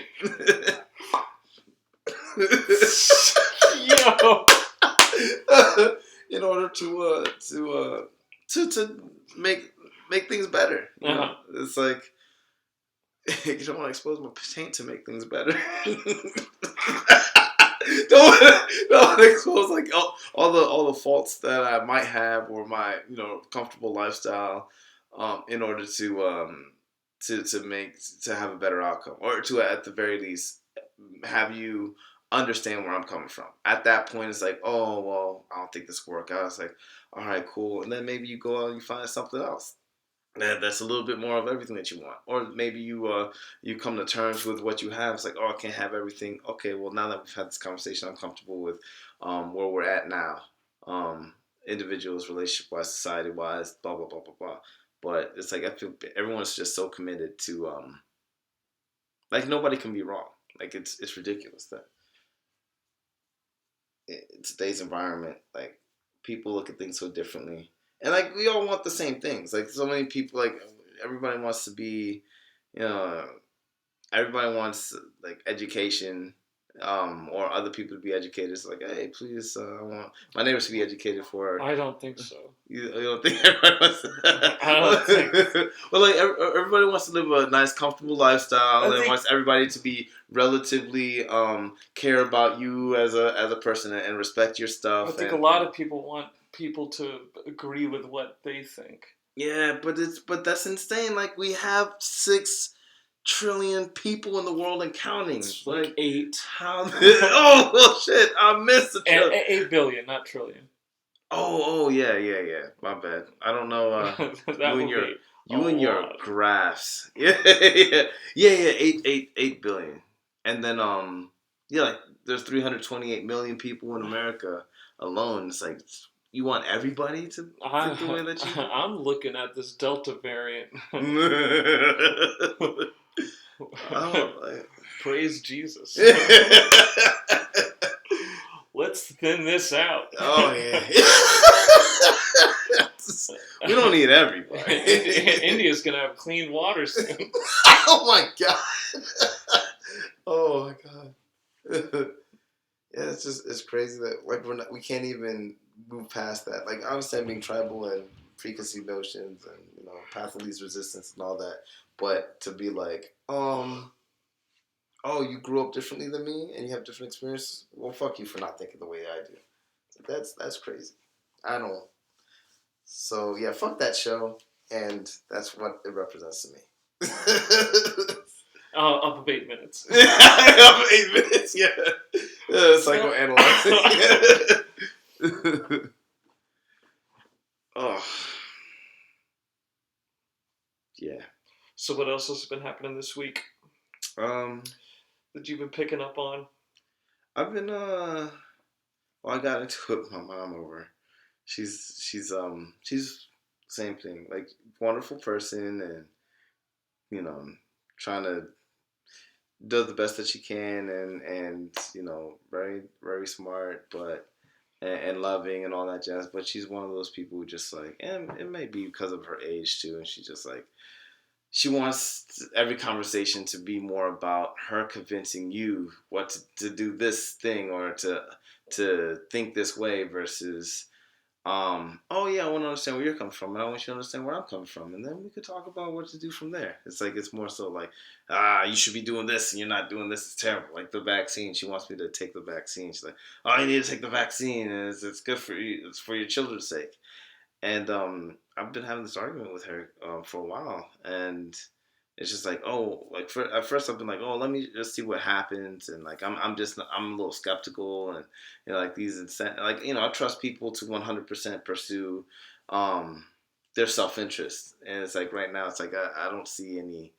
Not that I don't see any people like doing self-interest of like, oh, let's save everybody, but I see a lot of other kind of incentives, yeah.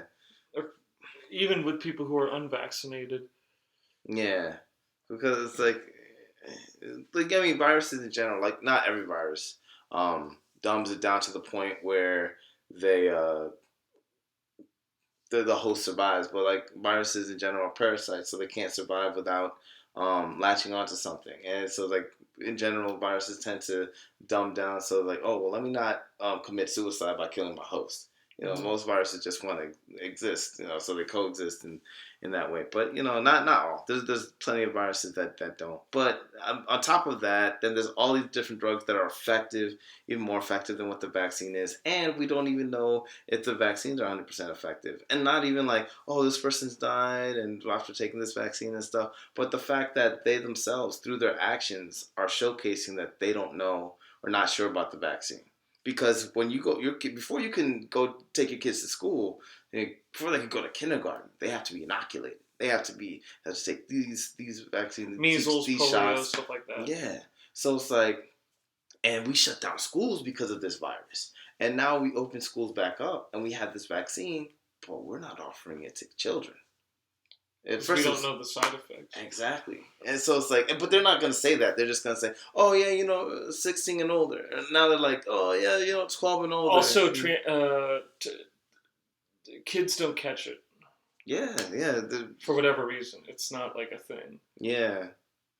Something like 400 kids died or something like that. There's like more kids dying of choking on Lego pieces than COVID.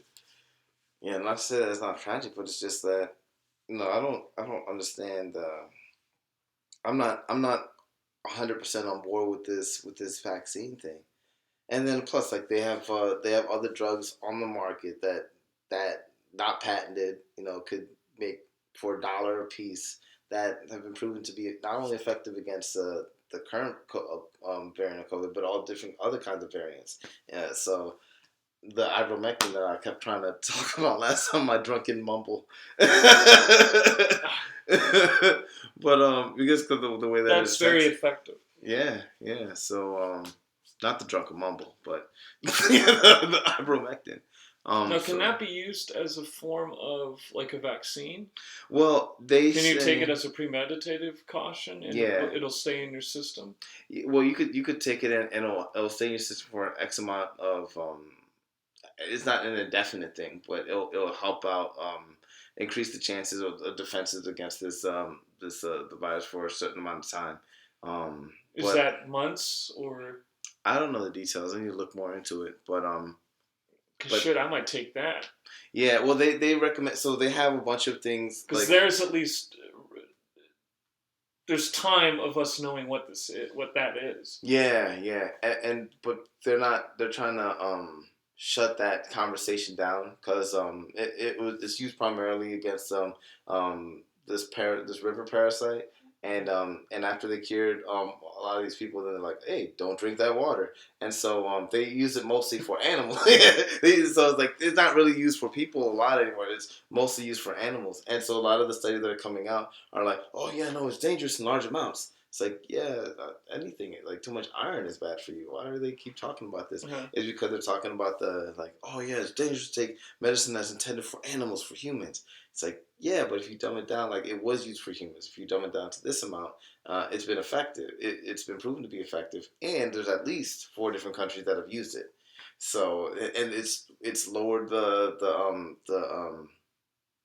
viral infection. It's lowered the hospitalization rates. That was the big problem in Mexico, that they had, like, their hospitals were overloaded, and then they started using ivermectin, and it started ended up clearing out the hospitals. Not clearing out, but I know, making it manageable. Yeah. So it's been proved, like South Africa, they're using a few places where it's like, but then like you would read stuff on it, and it's like, oh, there's been no clinical trials on this. It's like, yeah, but there's real world data.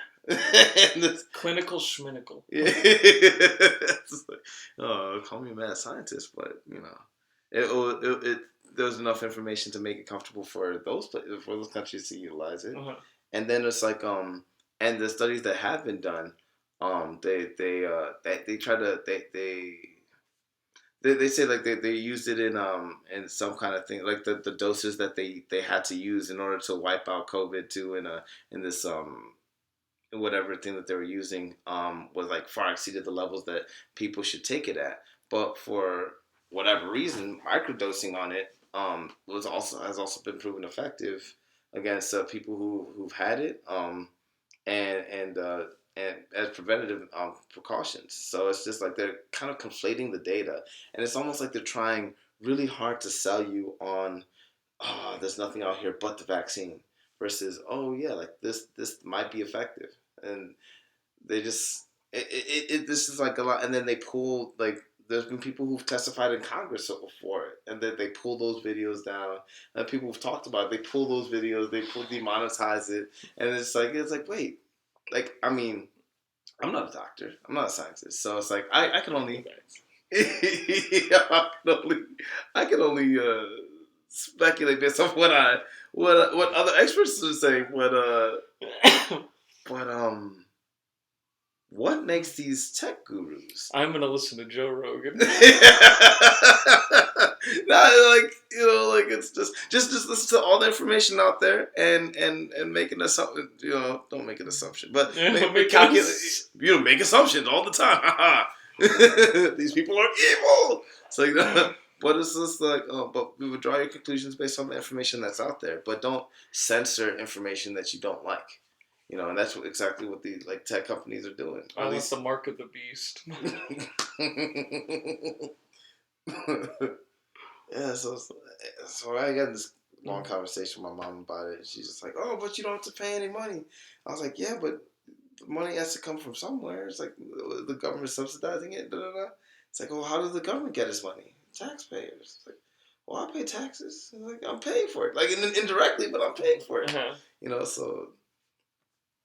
She's like, I hear Poppy. So she's like, she wants to be right and doesn't want to talk about it, so she just shut down the conversation. But eventually, we started looking into the information. I started sending her stuff, and then she's just like, oh, I see what you're talking about. And eventually, she's just come around to it. But yeah, that's been the latest and greatest. The latest and greatest. Yeah. Let me think. What else? Yeah, I don't know. Just that show got me a little upset, and then I started watching finish up WandaVision, and so I'm gonna start on Falcon and the Winter Soldier next. I've been a little spoiled. People told me stuff like, "Shut up." Have you seen Loki? No, I'm gonna watch that after Falcon and the Winter Soldier because I know that's gonna be good. I love time travel. I love everything. And then when he disappeared in Endgame, I was like, oh shit, that's wild. And I didn't think anything of it. I was just like, oh wow. And then it's they came out with Loki. And it's like, oh this is yeah, he did disappear with the out of the with the Tesseract outside of out of the timeline. And then I think about with that one thing when the Hulk was talking to the ancient one. I think that was her name. The one the Doctor Strange's guru sensei or whatever you want to call her. And they're talking about divergent timelines. And I was like, oh, wow. And then in WandaVision, I thought that was just an offshoot. Oh, yeah, what would it have been like if Wanda and Vision together? I didn't know it was an actual storyline that continued after these movies. And it kind of sets up future movies. So is the Loki thing, I haven't really read on the backstory of it. Is that supposed to be in between? I think it's supposed to be after the events of Endgame. That's how WandaVision is. And I think that's, Falcon and the Winter Soldier is the events after Endgame. So I think that's Loki also. Because I saw this little snippet about the people who regulate time travel or time disruptions. Mm-hmm. So I was like, ooh, that's all I saw on it. And I was like, oh, I don't know anything else. I'm going to just not spoil myself and bloop, yep, I'm going to table that for later. So yeah, it'll be interesting, man, to see where that leads. After stealing this Tesseract during the events of Avengers Endgame, an alternate version of Loki is brought to the Mysterios. Yeah, same thing with Guardians of the Galaxy. After all that stuff, the Star-Lord and Gamora, it's but the Gamora that we've been accustomed to is gone. She's in the Soul Stone now. So the Gamora that exists now is was beholden to Thanos. So it's and we don't really know what happened between then and the events of Guardians of the Galaxy 1 that like made her go on this crusade to really catfish. To really to turn this new leaf because she's been like she's like, oh you have no honor, and he's gonna destroy the universe, and da, da, da, da. But then and you kind of get the sense throughout all the movies that like, you know, she's always had this kind of rebellious spirit, but then in Endgame it's like you see this other version of Gamora, and it matches what all these people are like, oh, you killed my family, and da da da, and like, oh, you're like Thanos' right hand, and she kind of embodies that. So it's kind of interesting. She seems like she's going to be an interesting character. So I'm curious to know how that's going to pan out. And I think Thor's rocking with them now, with the Guardians. So I'm excited for that. Yeah, I'm curious. I'm really excited for that. Yeah, because they fit. Yeah, especially after Ragnarok, it's like, oh yeah, this different spin. Which was like Ragnarok was like the darkest Thor movie, but it was this is so my voice. Yeah. I always talk like this. It's so lighthearted, yeah. You're trying to take my shit. You're mimicking me. I fucking love it, man. Yo. No, you are changing his voice to match the God Man. Yeah. No, I'm not. He did it again. I always speak this way.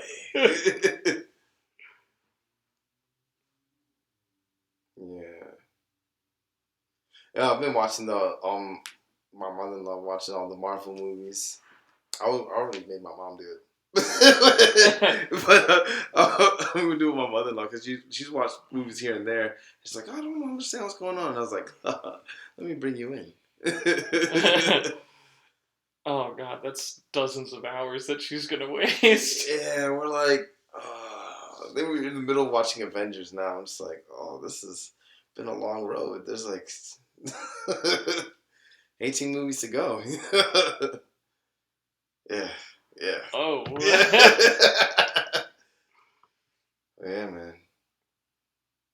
Yeah, that's about it. I'm starting to tune back into the news and figure out what's going on. Well, I saw something about Joe Biden said something about mandating federal employees to take the vaccine. I don't care. Yeah. If you work for the government, you're kind of signing over that. Yeah. Right. Anyway, so I'm a realist when it comes to that. Yeah. Because then you have the options. Yeah. If you work for the government and you don't want to take it, you can leave. Yeah, that's true. Now, if they made it a mandate for like citizens to take it, yeah, then it would be a little problem. Problematic. Yeah. Yeah, that's true. I remember you told me about Hotep Jesus, and I just thought, I was like, what? Like I was thinking, I had a completely different thought in my mind. I thought someone was like, oh yeah, like ho tip, like, or something like that. I was like, oh, this is fucking stupid. Like, yeah. Then I like looked up Hotep, and I was like, oh, this is what peace be or something like that. I was like, oh, that's kind of significant. And then I heard him talk a few times. I was like, oh, this is a pretty solid guy. Like, I could really vibe with this guy's energy. Like, I get it. And then I think some people it might be harder to swallow than others. It just depends on the size. Shut up. Oh, so good. But yeah, so I'm talking about some issues that we'll probably dive into later, because I want to, as unintelligent intellectuals, I want to be a little bit more intellectual about my unintelligence. So it's like I have thoughts on some of the stuff that he's talked about, but I really want to do a little bit of research or sitting down and putting my thoughts together before I try to articulate it into a non-drunken ramble. That's fair. Shit, man, we're at almost 2 hours. Solid time. Is there anything else you want to touch on? No, I think I'm pretty complete. I was just really peeved about that fucking love sex, man. Love sex? Life, whatever, man. Sex life, whatever. Love sex. She loves sex. That's like, which is nothing wrong with loving sex, but Jesus, man. Hotep, Jesus. That played in pretty well. I like that. That came off a little smarter than. So, were you watching the one that I was telling you about? Yeah, he was talking about critical race theory. And he was on this other guy. This other guy, Rollo, was on there, and I was like, oh wow, Rollo's good. I have his. Yeah. I got his book. Yeah, I need to. What is it? The Rational Male. Yeah, I think that's what it is. It's pretty deep. And then, they were talking about Fresh and Fit, and it's funny because I've only seen like a couple episodes of Fresh and Fit, and I thought they were all like just on the thing with gold diggers and funny hold that, and then they're like just telling women off and kicking them out of the studio. But I didn't know that they were really had this deep intellectual conversation about with them, and I was like, they just go viral with their with the with their hoe reactions. Yeah, but it's like they got I could have a conversation with these guys, and I don't agree with 100% what they're saying, but that'll be interesting to dive into. Probably maybe that's what we'll do next episode. If you want to talk with the kind of can we talk about that? Some pretty dicey information right there. I don't know. Who? The Fresh and Fit, that critical race theory. No. I'll leave that one alone. Yeah, that's a little fun. Oh, yeah. No, I can talk about Fresh and Fit in other ways. Yeah, okay. We can talk about relationship dynamics. Less controversial. Yeah, let's start on a micro scale and then work our way up to the our 12 the big viewers cojones. hating us. Yeah. We'll work up to people hating us later. You motherfucker.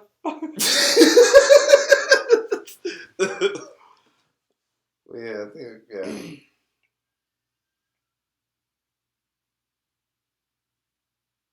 Yeah, because that's all politics is. Politics is just just relations between people on a grander scale. Is it that it's been hijacked by this emotional different sizes of beads? That a fire hydrant? No. Some are bigger than others. It depends. Yeah, it's harder to swallow.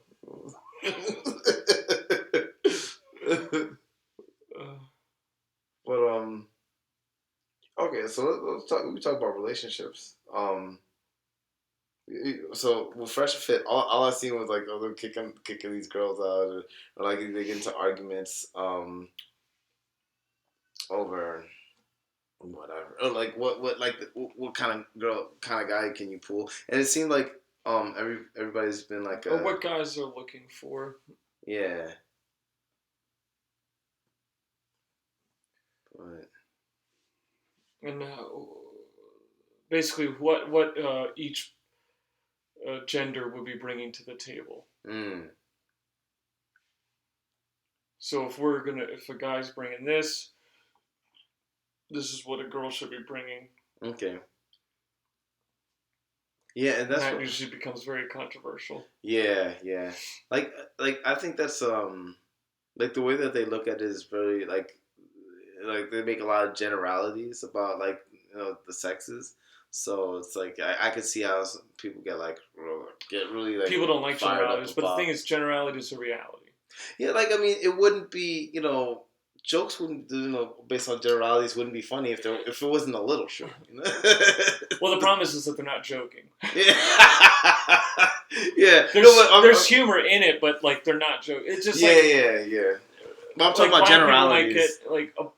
A black people or a black person might feel a kind of way if somebody says, there's a real problem with violent crime in black neighborhoods. Yeah. Right? You can feel the kind of way all you want, but the fact of the matter is, it's middle class white people don't have to worry about being mugged, robbed, beaten, murdered. they don't have to worry about random rounds flying into their house and killing their kids while they sleep.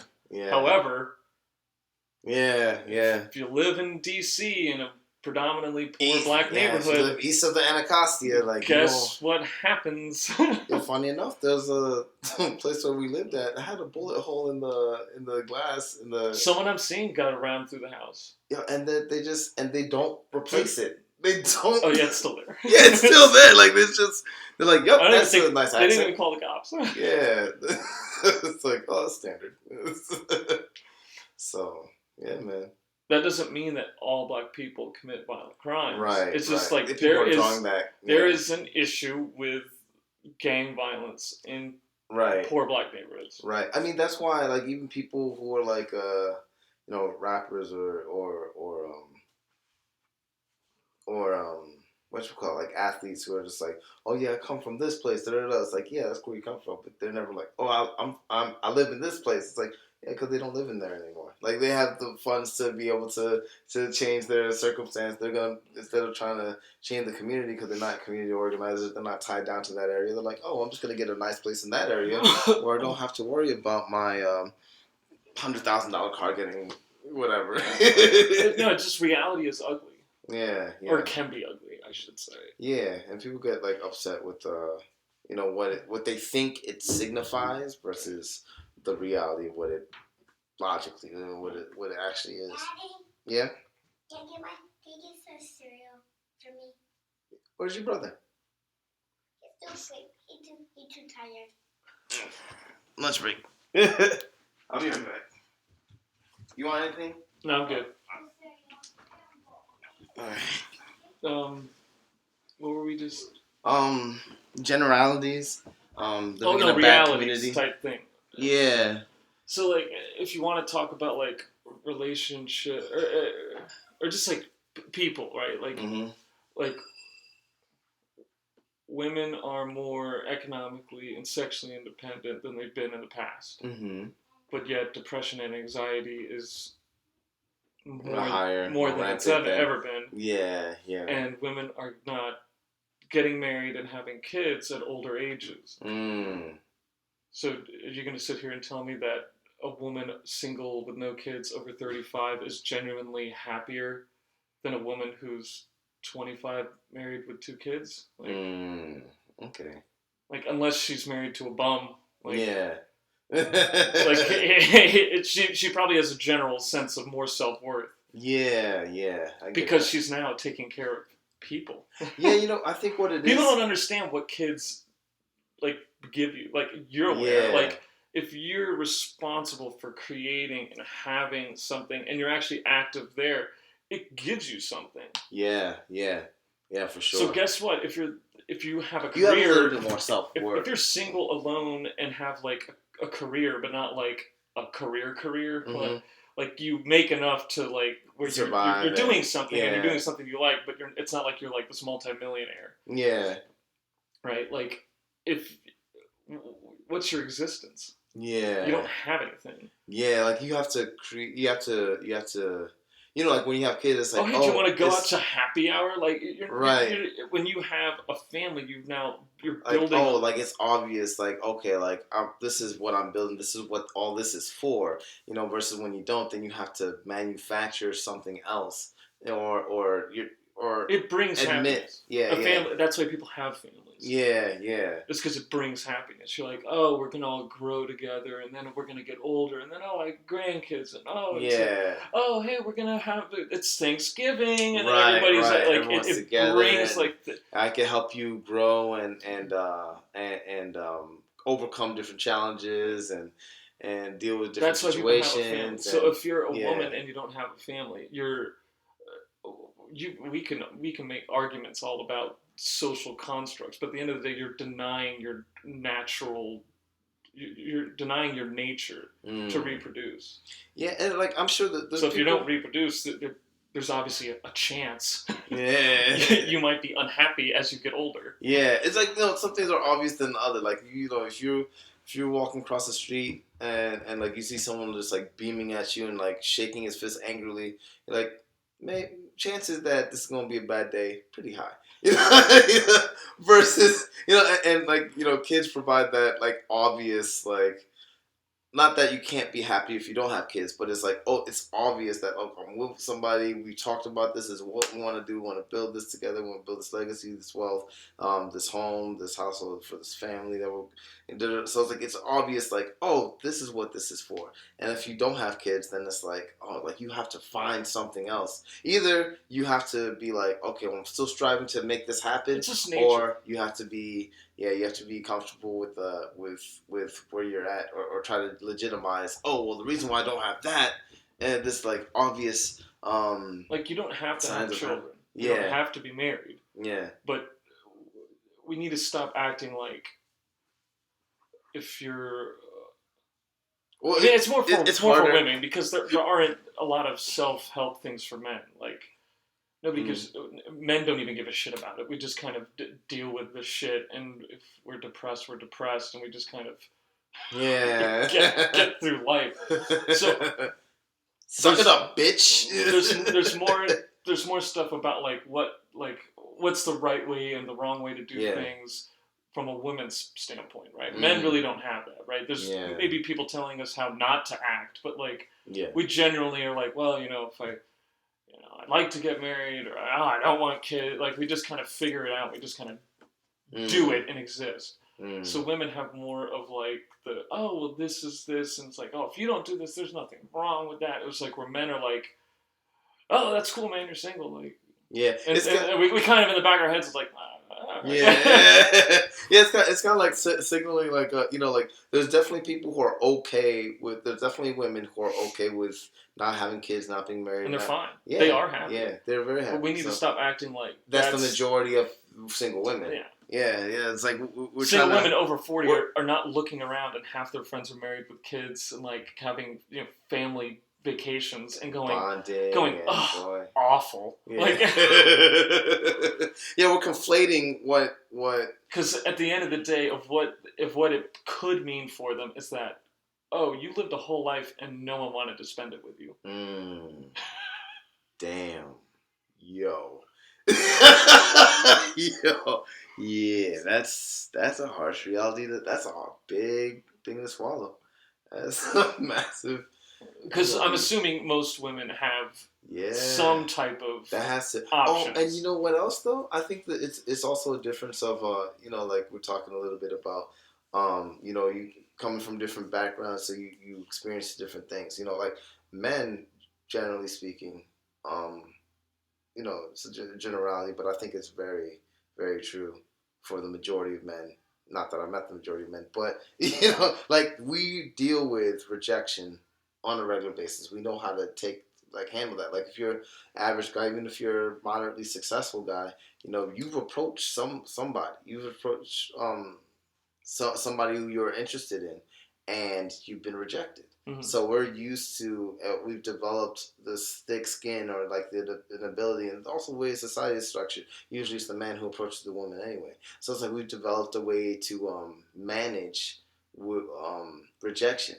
And that's why I think nobody really cares when men are like, oh, I'm depressed. And I was like, oh, shit, that sucks for you. I was like, oh, I'm in this situation. I was like, oh, man, suck it up. Versus women, it's like, it's the opposite. Like, you could be a moderately attractive woman and have nothing else going for you. And you get approached all the time. Mm-hmm. And so it's like, they're used to getting all these applications. And so when that's an argument against having multiple sexual partners. No, but what I'm trying to, it is, but what I'm trying to say is that women don't know how to. You're talking about rejection. Yeah. So it's like women don't know how to handle. If a man is getting rejected, it's a sexual rejection. Yeah. Well, it's a relationship. If a woman gets rejection, it's relationship rejection. Well, not always, because like there's some guys who are just like women aren't getting rejected like that. They're getting fucked and then they're being rejected. Right. So that's what that's what I'm saying. They're getting a lot of applications. Like guys, relationship rejection. Okay. Oh, I see what you're saying. Yeah. I see what you're saying. So they get rejected. So even if a man is getting sexual access from you and then saying, that was nice. Bye. Yeah. So what you say? So there's definitely So It's almost worse. yeah. Because so man, it's like okay. So I couldn't get. I've approached women and I got rejected. But sometimes a sexual rejection. It's like oh yeah, I'm trying to sleep with this girl. It's always a sexual rejection. Really, I call it like. But if you ever approach somebody, it's like oh man, like she's really cool. We vibed together. Like she's real like okay, 95%. Yeah, well, like if a man is approaching a woman in any way, shape, or form, it's for sex. I don't know. I mean, it's part of the package, but it's like. Let me ask you this: Does she become a girlfriend and then you have sex with her, or do you have sex with her and then she becomes a girlfriend? Well, I look at those titles a little differently. You know, like it's like I don't like try to delineate like exactly. we are monogamous relationship is saved for a woman that you have chosen for that because you like her and you want to be with her. Right. But there's women that most of the time you have sex before that connection is fully formed.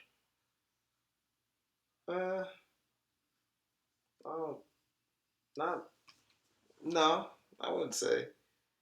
I mean, maybe for. Do you think the average relationship? Yeah, I don't know, like majority of men, like maybe, but like I actually like the you people were usually that I've having sex to, with somebody before you love them. No, I think I've been it's like the gold digger thing. Like I've been too afraid. Like I mean, generically speaking, that's probably the situation. But like I've always been terrified of okay, like well, what about this. Hey, how's it going? What's going on with you? Oh yeah. Do you want to go out sometime? Sure. Yeah. What if she wants to suck your dick? I'm a fan. It's all for it. No, but you don't love her. Oh yeah. Okay, I see that. I understand. I understand from that dynamic. No, but I'm saying like when I approach somebody, it's like okay. When I approach somebody for relationship reasons, it's like but it's not. But are you approaching a random stranger for a relationship? No. I don't approach a random stranger for a relationship. I approach a random stranger for like, oh, let's see where this goes. Yeah, I'm looking for this. That's how. Yeah, but I'm talking about like if you know somebody and you're hanging out with them and like or you work with them or like you go to school with them, it's like all right, so you guys have some kind of relationship. But even then, you could be cool with somebody at work.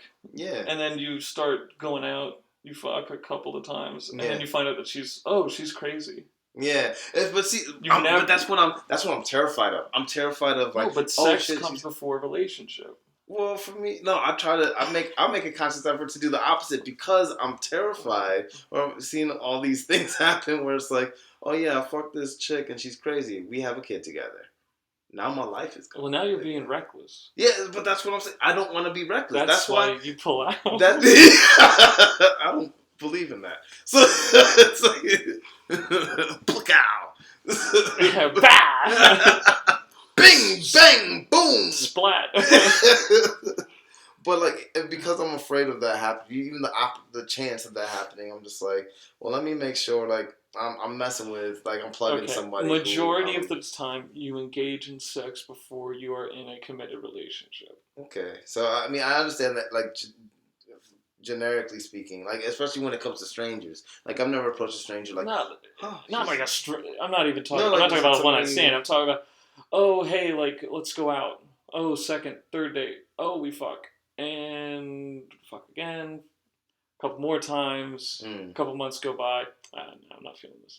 Yeah, well, that's definitely happened, but it's not like that's what I'm saying. Sex comes first before relationships. No, but I look for relationship first. Like I don't want to like. The vast majority of social interactions between men and women in the dating environment, sex comes first. Yeah, maybe I'm a little old school. I don't know. I grew up on too much Disney Channel, man. Okay, what do you think the environment is right now in the world? Yeah, right now, yeah. You're coming at it from like. Yeah, I'm like, yeah. You're having sex before you're in a serious relationship. I look for a serious relationship. Like I look for somebody. Especially as you get older. Yeah, I guess like when you're. Like if you're 19, sure, but I mean. Yeah. If you're 28 and you've had a couple of boyfriends or girlfriends and you've dated 15, 30 people, you've slept with a handful of people. Yeah. You're not waiting till 4 months in to sleep together. Yeah, no, it's you like, have your own place. You right. can get a hotel. Like yeah. No, it's like when you're I having was sex before you're in a committed relationship. Yeah, like for my dating career has been like, oh, like of course you're younger and grew up on Disney, and I thought, oh, this is what it is, and like try to do the right thing, like, oh, I'm not gonna smash before marriage and all that, and then I was like, oh wait, never mind, I like that. I'm definitely gonna do that. But like almost every relationship I've been in, was like, or like every time that I've engaged with somebody in that sphere, it's That like way. because I was trying to build something. There was a period of time where it's like, oh man, I got my heart broken. I was dealing with my insecurities, and I'm just like, you know what, fuck this. I'm just gonna do what I feel like it, and I'll go out and party and have a good time, beat somebody and smash. And then it's like, oh, I would work with somebody, and oh, they're dealing with something, and I was like, oh. So, I care about how you feel. Here's my shoulder and my dick. And they're like, oh, that's okay. I like that too. Like, so it's like I've definitely had a slew of like, all right, this is fun. It was cool. But then it's like I kept running into the same kind of chick, and what I wanted. It was like I had fun doing that, but this isn't about what you want. This is about how this is my graphs. Yeah, well, I can speak about my personal relationship. Like, so personally, like after I lived my life, had my fun, and then I was like, all right, well, it was only like halfway satisfying. So this is starting to go off the rails. Oh, my bad. I mean, I'm not drunk, so I'm not gonna. You're sober, I believe. Yeah. No, so we were trying to talk about. So this was into like a relationship between with like rejection and stuff. Right. This goes back to women will give themselves sexually before a man gives himself emotionally. Okay. Which is the access to a relationship. Okay. So I get that. I can subscribe to that because I think that's a very... I think I've been able to what you... Yeah. So every woman that a man is with that they then don't turn around and then like end up marrying... is like an emotional rejection. It's a relationship rejection. Yeah, that's what I mean. Cause like emotional versus sexual. I'm using emotional to tie it in. I get it. Yeah, my fault. It's a rejection of relationship. It's I want you sexually. I accept your body. I don't accept. I don't value you as a person. Essentially. Okay. I follow. So whereas a man, he's always being rejected sexually. Okay. If he gets in a relationship and then. That ends. It's usually much worse for men just because we're not very emotional. Okay. And if we're in a long-term relationship, then we become emotional, and then we lose that. And we're like, oh, well, what happened? I thought this was the person I chose, and da-da-da-da. I see what you're saying. So it's not like men get rejected more than women. It's just that men get rejected differently than women. Yeah. And that rejection is probably sexual rejection is once it happens enough, you don't care because it's like... not every woman wants to sleep with me. It doesn't. I can't cry every time somebody doesn't want to have sex with me. That doesn't make any sense. Right. So that's much easier to kind of cope with, deal with than like a woman who's opening herself up in that way and then just getting rejected. Yeah. That's why people talk about high body counts being bad because it doesn't do anything to help you. Okay. It can really only hurt you. Yeah. You either get more experience and you're better at it, or it hurts your mental psyche. Yeah, or both. I mean, you're better. One would hope. Yeah. One would hope if you've slept with 50 people, you're somewhat good at it. I get it now. Am I doing this right? That's a good rhythm. But yeah. So I get it. So from that. So from that landscape, it's like, okay, so women get rejected differently than men. And so, what was my previous point on that? Relationship rejections are worse. Yeah. So it's harder to come back from that. So I think it's the the dynamic of like the women bounce back easily from a relationship ending than men. Okay. Because they're just better with their emotions. That's the kind of rejection that they're used to. No, but not even rejection. They're just they're more in tune with their emotions. How they feel versus. So they're just so like that ending. It's like, oh my god, I'm so sad. And she's able to express but she's been so sad so many different times. Correctly. Yeah. So and then there's a support system better with that. So right. Like, she has the experience. She can bounce back as long as there isn't like serious trauma. Just a regular relationship just not working out and ending. Right. And even though women usually are the ones ending the relationship anyway, so it's easier for you to bounce back over it after you made the decision. When you're the one saying that I don't want to do it anymore. Yeah. Because usually by the by the time you're ending a relationship, you've already been done for 4 months. Yeah. You're just like, okay, I was giving us a couple shots. I'm really done. Yeah, no, I'm sure. so they're able to deal with that better because they're just they're more accustomed to having emotional feelings like that, whereas men aren't. So men, it's harder for them to bounce back. But the issue that they have with or can have is that the aspect of the relationship is on the table, and the person is saying no.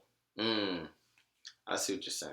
Okay, so that's where a lot of their trauma comes from. Our trauma would come from the actual relationship ending, where their trauma comes from the prospect of the relationship never presenting itself. Yeah, it's like a like if you sleight of hand type thing. It's like if you slept with 50 guys and not a single guy even wanted you to be your girlfriend, like, what's wrong with that woman's gonna have a horrible psyche because she's. And unless she's just wanted to have sex with 50 guys, and then there would be other questions that you would want to ask. And that's what we were talking about before, like why like this whole conflation about like being comfortable being single and happy. It's like I'm sure there's plenty of people who are single and happy. Well, those are people who own it. Happy. But but there's it goes back to the Lisa Ann thing. Yeah. Like if you own your decisions and the path that you're on in life, you're going to be much more happier. The problem is people don't own it. Yeah. It's like girls are going out. They're willing to lie about it now. Like now that I've been rejected X amount of times, relationship wise, I feel bad about myself. So a way for me to try to feel better about myself now is to be like, oh well, this is what I wanted in the first place. Ha ha. It's like, but it's not really. You really don't want this, but you're trying to. You're subscribing to this this lie in order to feel better. It's like a woman that would actually really like to be married and have a family, but at the same time, she never, until she gets that, she'll never really say that she wants that. Right. And so she's like, oh, I love going to brunch and I love doing this, but like really in the back of her mind, she wants to be at home with kids. Yeah. So she's like, she's lying to herself, or just waking up with somebody, just being like, oh, like this is cool, like we're a thing and we're together. Like she wants that relationship. It's like a woman who says, I'm never gonna settle. It's like, but the only thing that you actually want to do is settle. Yeah. You want to settle down. Yeah. You just So what do you think they're afraid of? Of course, generally speaking, like do you think it's not that they're afraid of? It's just that they're not great at picking them, or they don't offer much. Damn, that's deep. It's why I would say it's a combination of either they don't offer much and they don't pick well. Well, I think it's because they're not having those honest conversations. Or just being like they're in touch with how they feel and they know how they feel. Well, no, because it's low key. It's low key desperation. Yeah, you would think that they know how they feel internally. Maybe they're just not externally expressing it, but maybe a little bit of both. Maybe some people, some of them just don't know how to express it. They don't know what they want. And guys do the same thing. But guys, I guess it's somewhat easier because they're not dealing with the. Well, as long as they're able to get women, it's easier for them because they're the ones coping. No, there's the ones that are starting the relationship. Like when you see a guy with somebody and you're like, that doesn't make much sense. Yeah. It's easier for him to then get, as long as he's able to get a woman. Mm-hmm. That's like the bad settling. Yeah. Where you're settling out of desperation. Yeah. I was a slower to cope with the relationship rejection, and then I was like, no, okay, I'm ready to get back into this. but yeah. The problem is that we've demonized settling down or settling. Mm. Because settling just means it's like, okay, like, is this person? Can I like count on this person to be there? So do you think? So it's a trust thing. It's like they just don't trust that. No, it's about wanting to be with something that they think they can get or better. Oh, so they think they could do better than. Like for instance, we'll say like, not like I don't want to say like a reasonably attractive woman, right? Okay. Not somebody that's like breathtaking, but like a reasonably attractive woman. Okay. Who's we'll say 35, right? Okay. She might look at me Mm-hmm.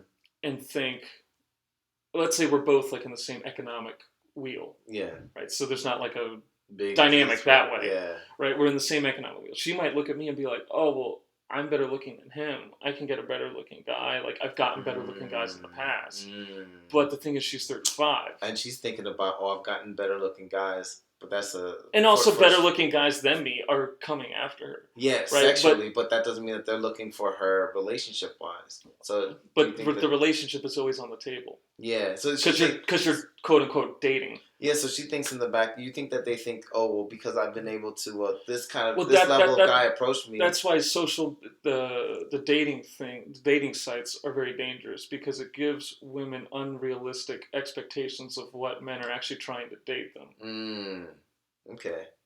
So do you think that people that they're looking at? Oh well, since I was able to, I was approached by this guy, sexually. And like, oh, maybe like because everything because the relationships start first from that sexual standpoint. You have to go from one to the other. Yeah, but you have to the way in which you maneuver dating. You have to pick the right one because a woman has to pick. Yeah, so men ask, women pick. So if you have to understand, it's like okay, if I'm 35 and there's a guy who's like really good looking and 37, and let's say pretty successful, regardless of how intriguing that may be, you need to look at it from a realistic expectation of he's probably not going to pick you.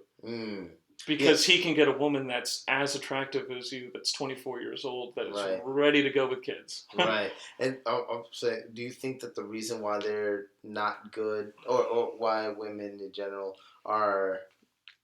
think that they could do better than that is because they've been approached by people who well, it's or they've dated people like but these people only wanted them sexually, or like they might have dated for a while but relationship wise it didn't work out, maybe because the guy was never really looking for it in the first place, and she thinks that, oh well, this is the kind of guy I can attract, so if I'm not attracting at least that level of guy, then I don't want anything to do with them. You think they set their standards too high based off the best that's approached them? Not necessarily the best.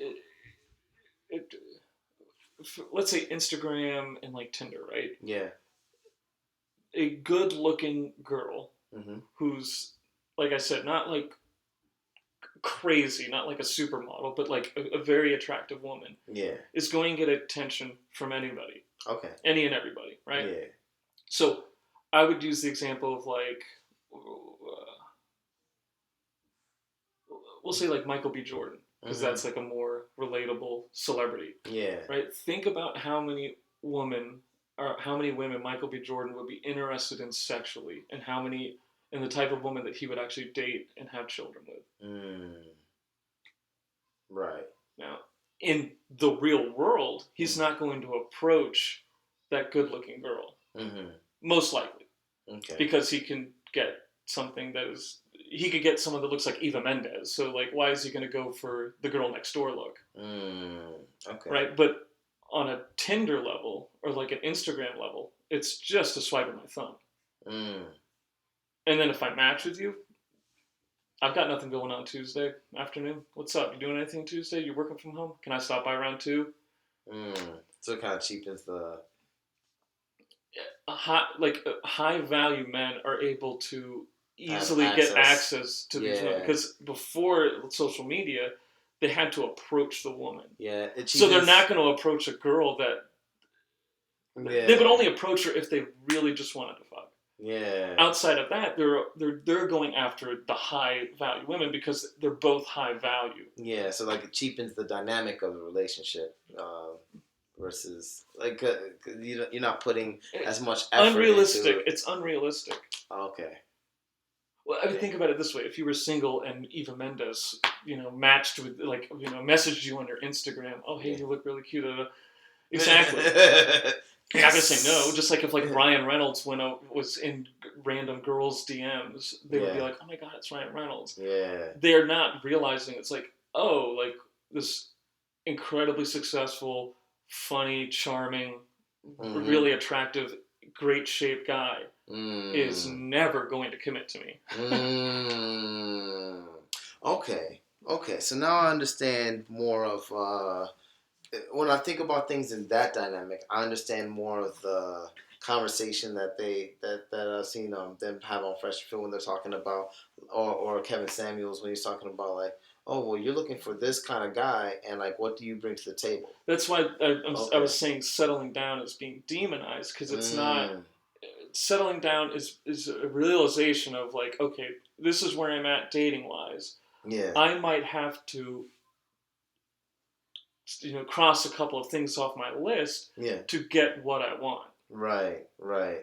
It's like I was watching this one. There was this Tyler Perry movie that was like that. Like these women had like really high standards, and and this one girl who I think it was her sister who was dating this guy, and like everything was perfect. Like they vibed on so many different levels, and like then I think they ended up sleeping together.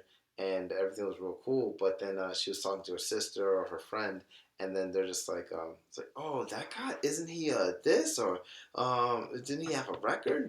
She's like, yeah, I could never be with someone like that. And the criminal record? Yeah. Well, I mean that makes sense. Yeah.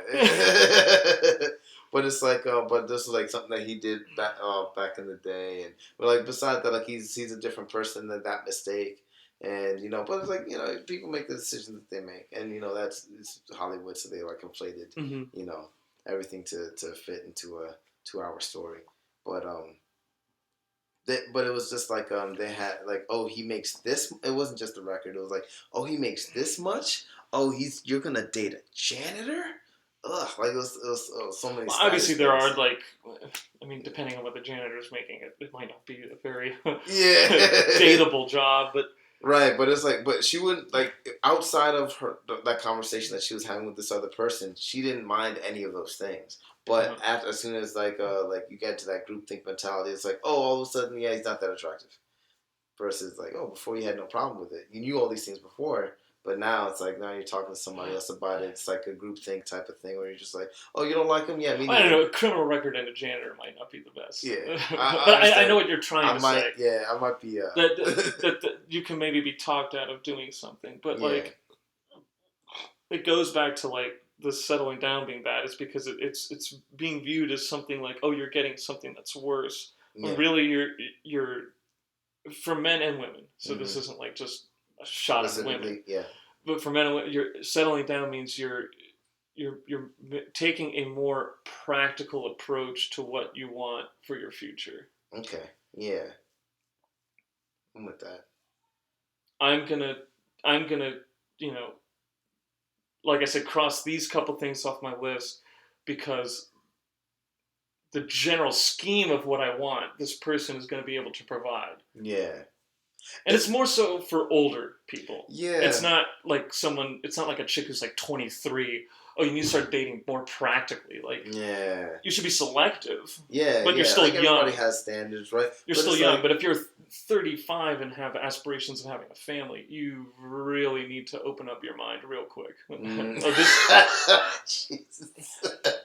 Because it's just a biological fact. It's just realistical. Yeah. Yeah, but well, the way I look at relationships is, of course, I'm like Disney biased, but it's like you work on things and then you bring things to the table, and then they work on things, they bring things to the table, and you guys come together and you're just like, all right, this is what it is, this is what I want. It's like, oh, you don't have everything, but this is something that you aspire to, and I could get behind that. It's like something like you don't have to have it all right then and there. It doesn't have to be an instantaneous lottery ticket win, but it could just be like, oh wow, like you're working on this business, like, oh, I kind of like this kind of stuff, or I like this energy, or I like who you are as a person, and we could vibe on these different levels. This is what I can contribute. This is what you can contribute, and this is what we want to build. This is what we want to have together. So this is what we're going to build all together. Like in that show, it's like, okay, she wants that crazy sex lifestyle, but then she also wants a husband to provide all these things. So it's like, okay, he has those things. And then at the table, you're supposed to have those conversations about, okay, this is what I want. And yeah, you're not there yet over here, but, let's work towards this, versus, again, instantaneous satisfaction, instant gratification. And it seems like, as we're talking about it, like what people are looking for relationship-wise is that, you have to tick all these marks right now. And if you don't, then I'll look somewhere else, and but there's a time clock, and it's like eventually it's like, I'm 40 and alone.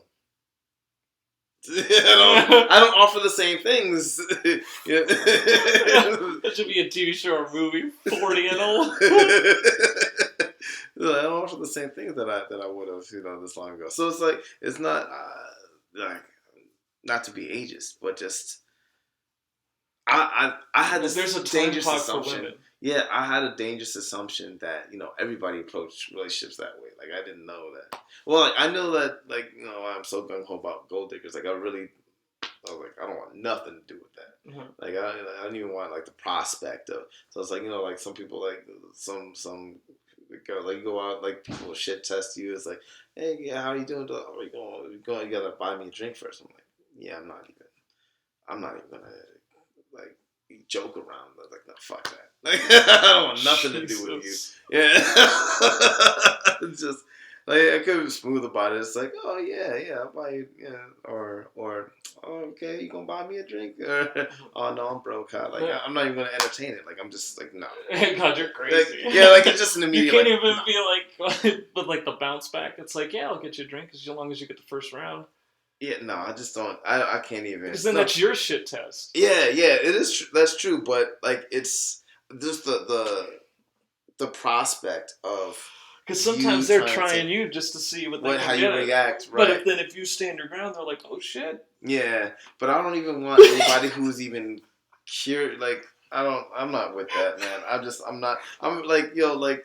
You stone cold killer. Yeah. I'm not. I'm not. That's not on my subscription list. I get that. Yeah, but came at it with a different kind of bias. So maybe we can save more of this for another. You can't. Like I'm over here, ranting on. Well, no, because I mean, this is actually good to talk about. But the thing is, we could end up talking about this for like forever. for another couple of hours. Yeah. So second podcast is gonna be like 5 hours long. Like, oh Jesus, you guys made a whole Marvel movie segment. And then you segued into relations. Yeah. All right. Well, listen to another cool episode of Unintelligent Intellectuals. We thank all three of you guys for listening. And we'll be back next time. Peace.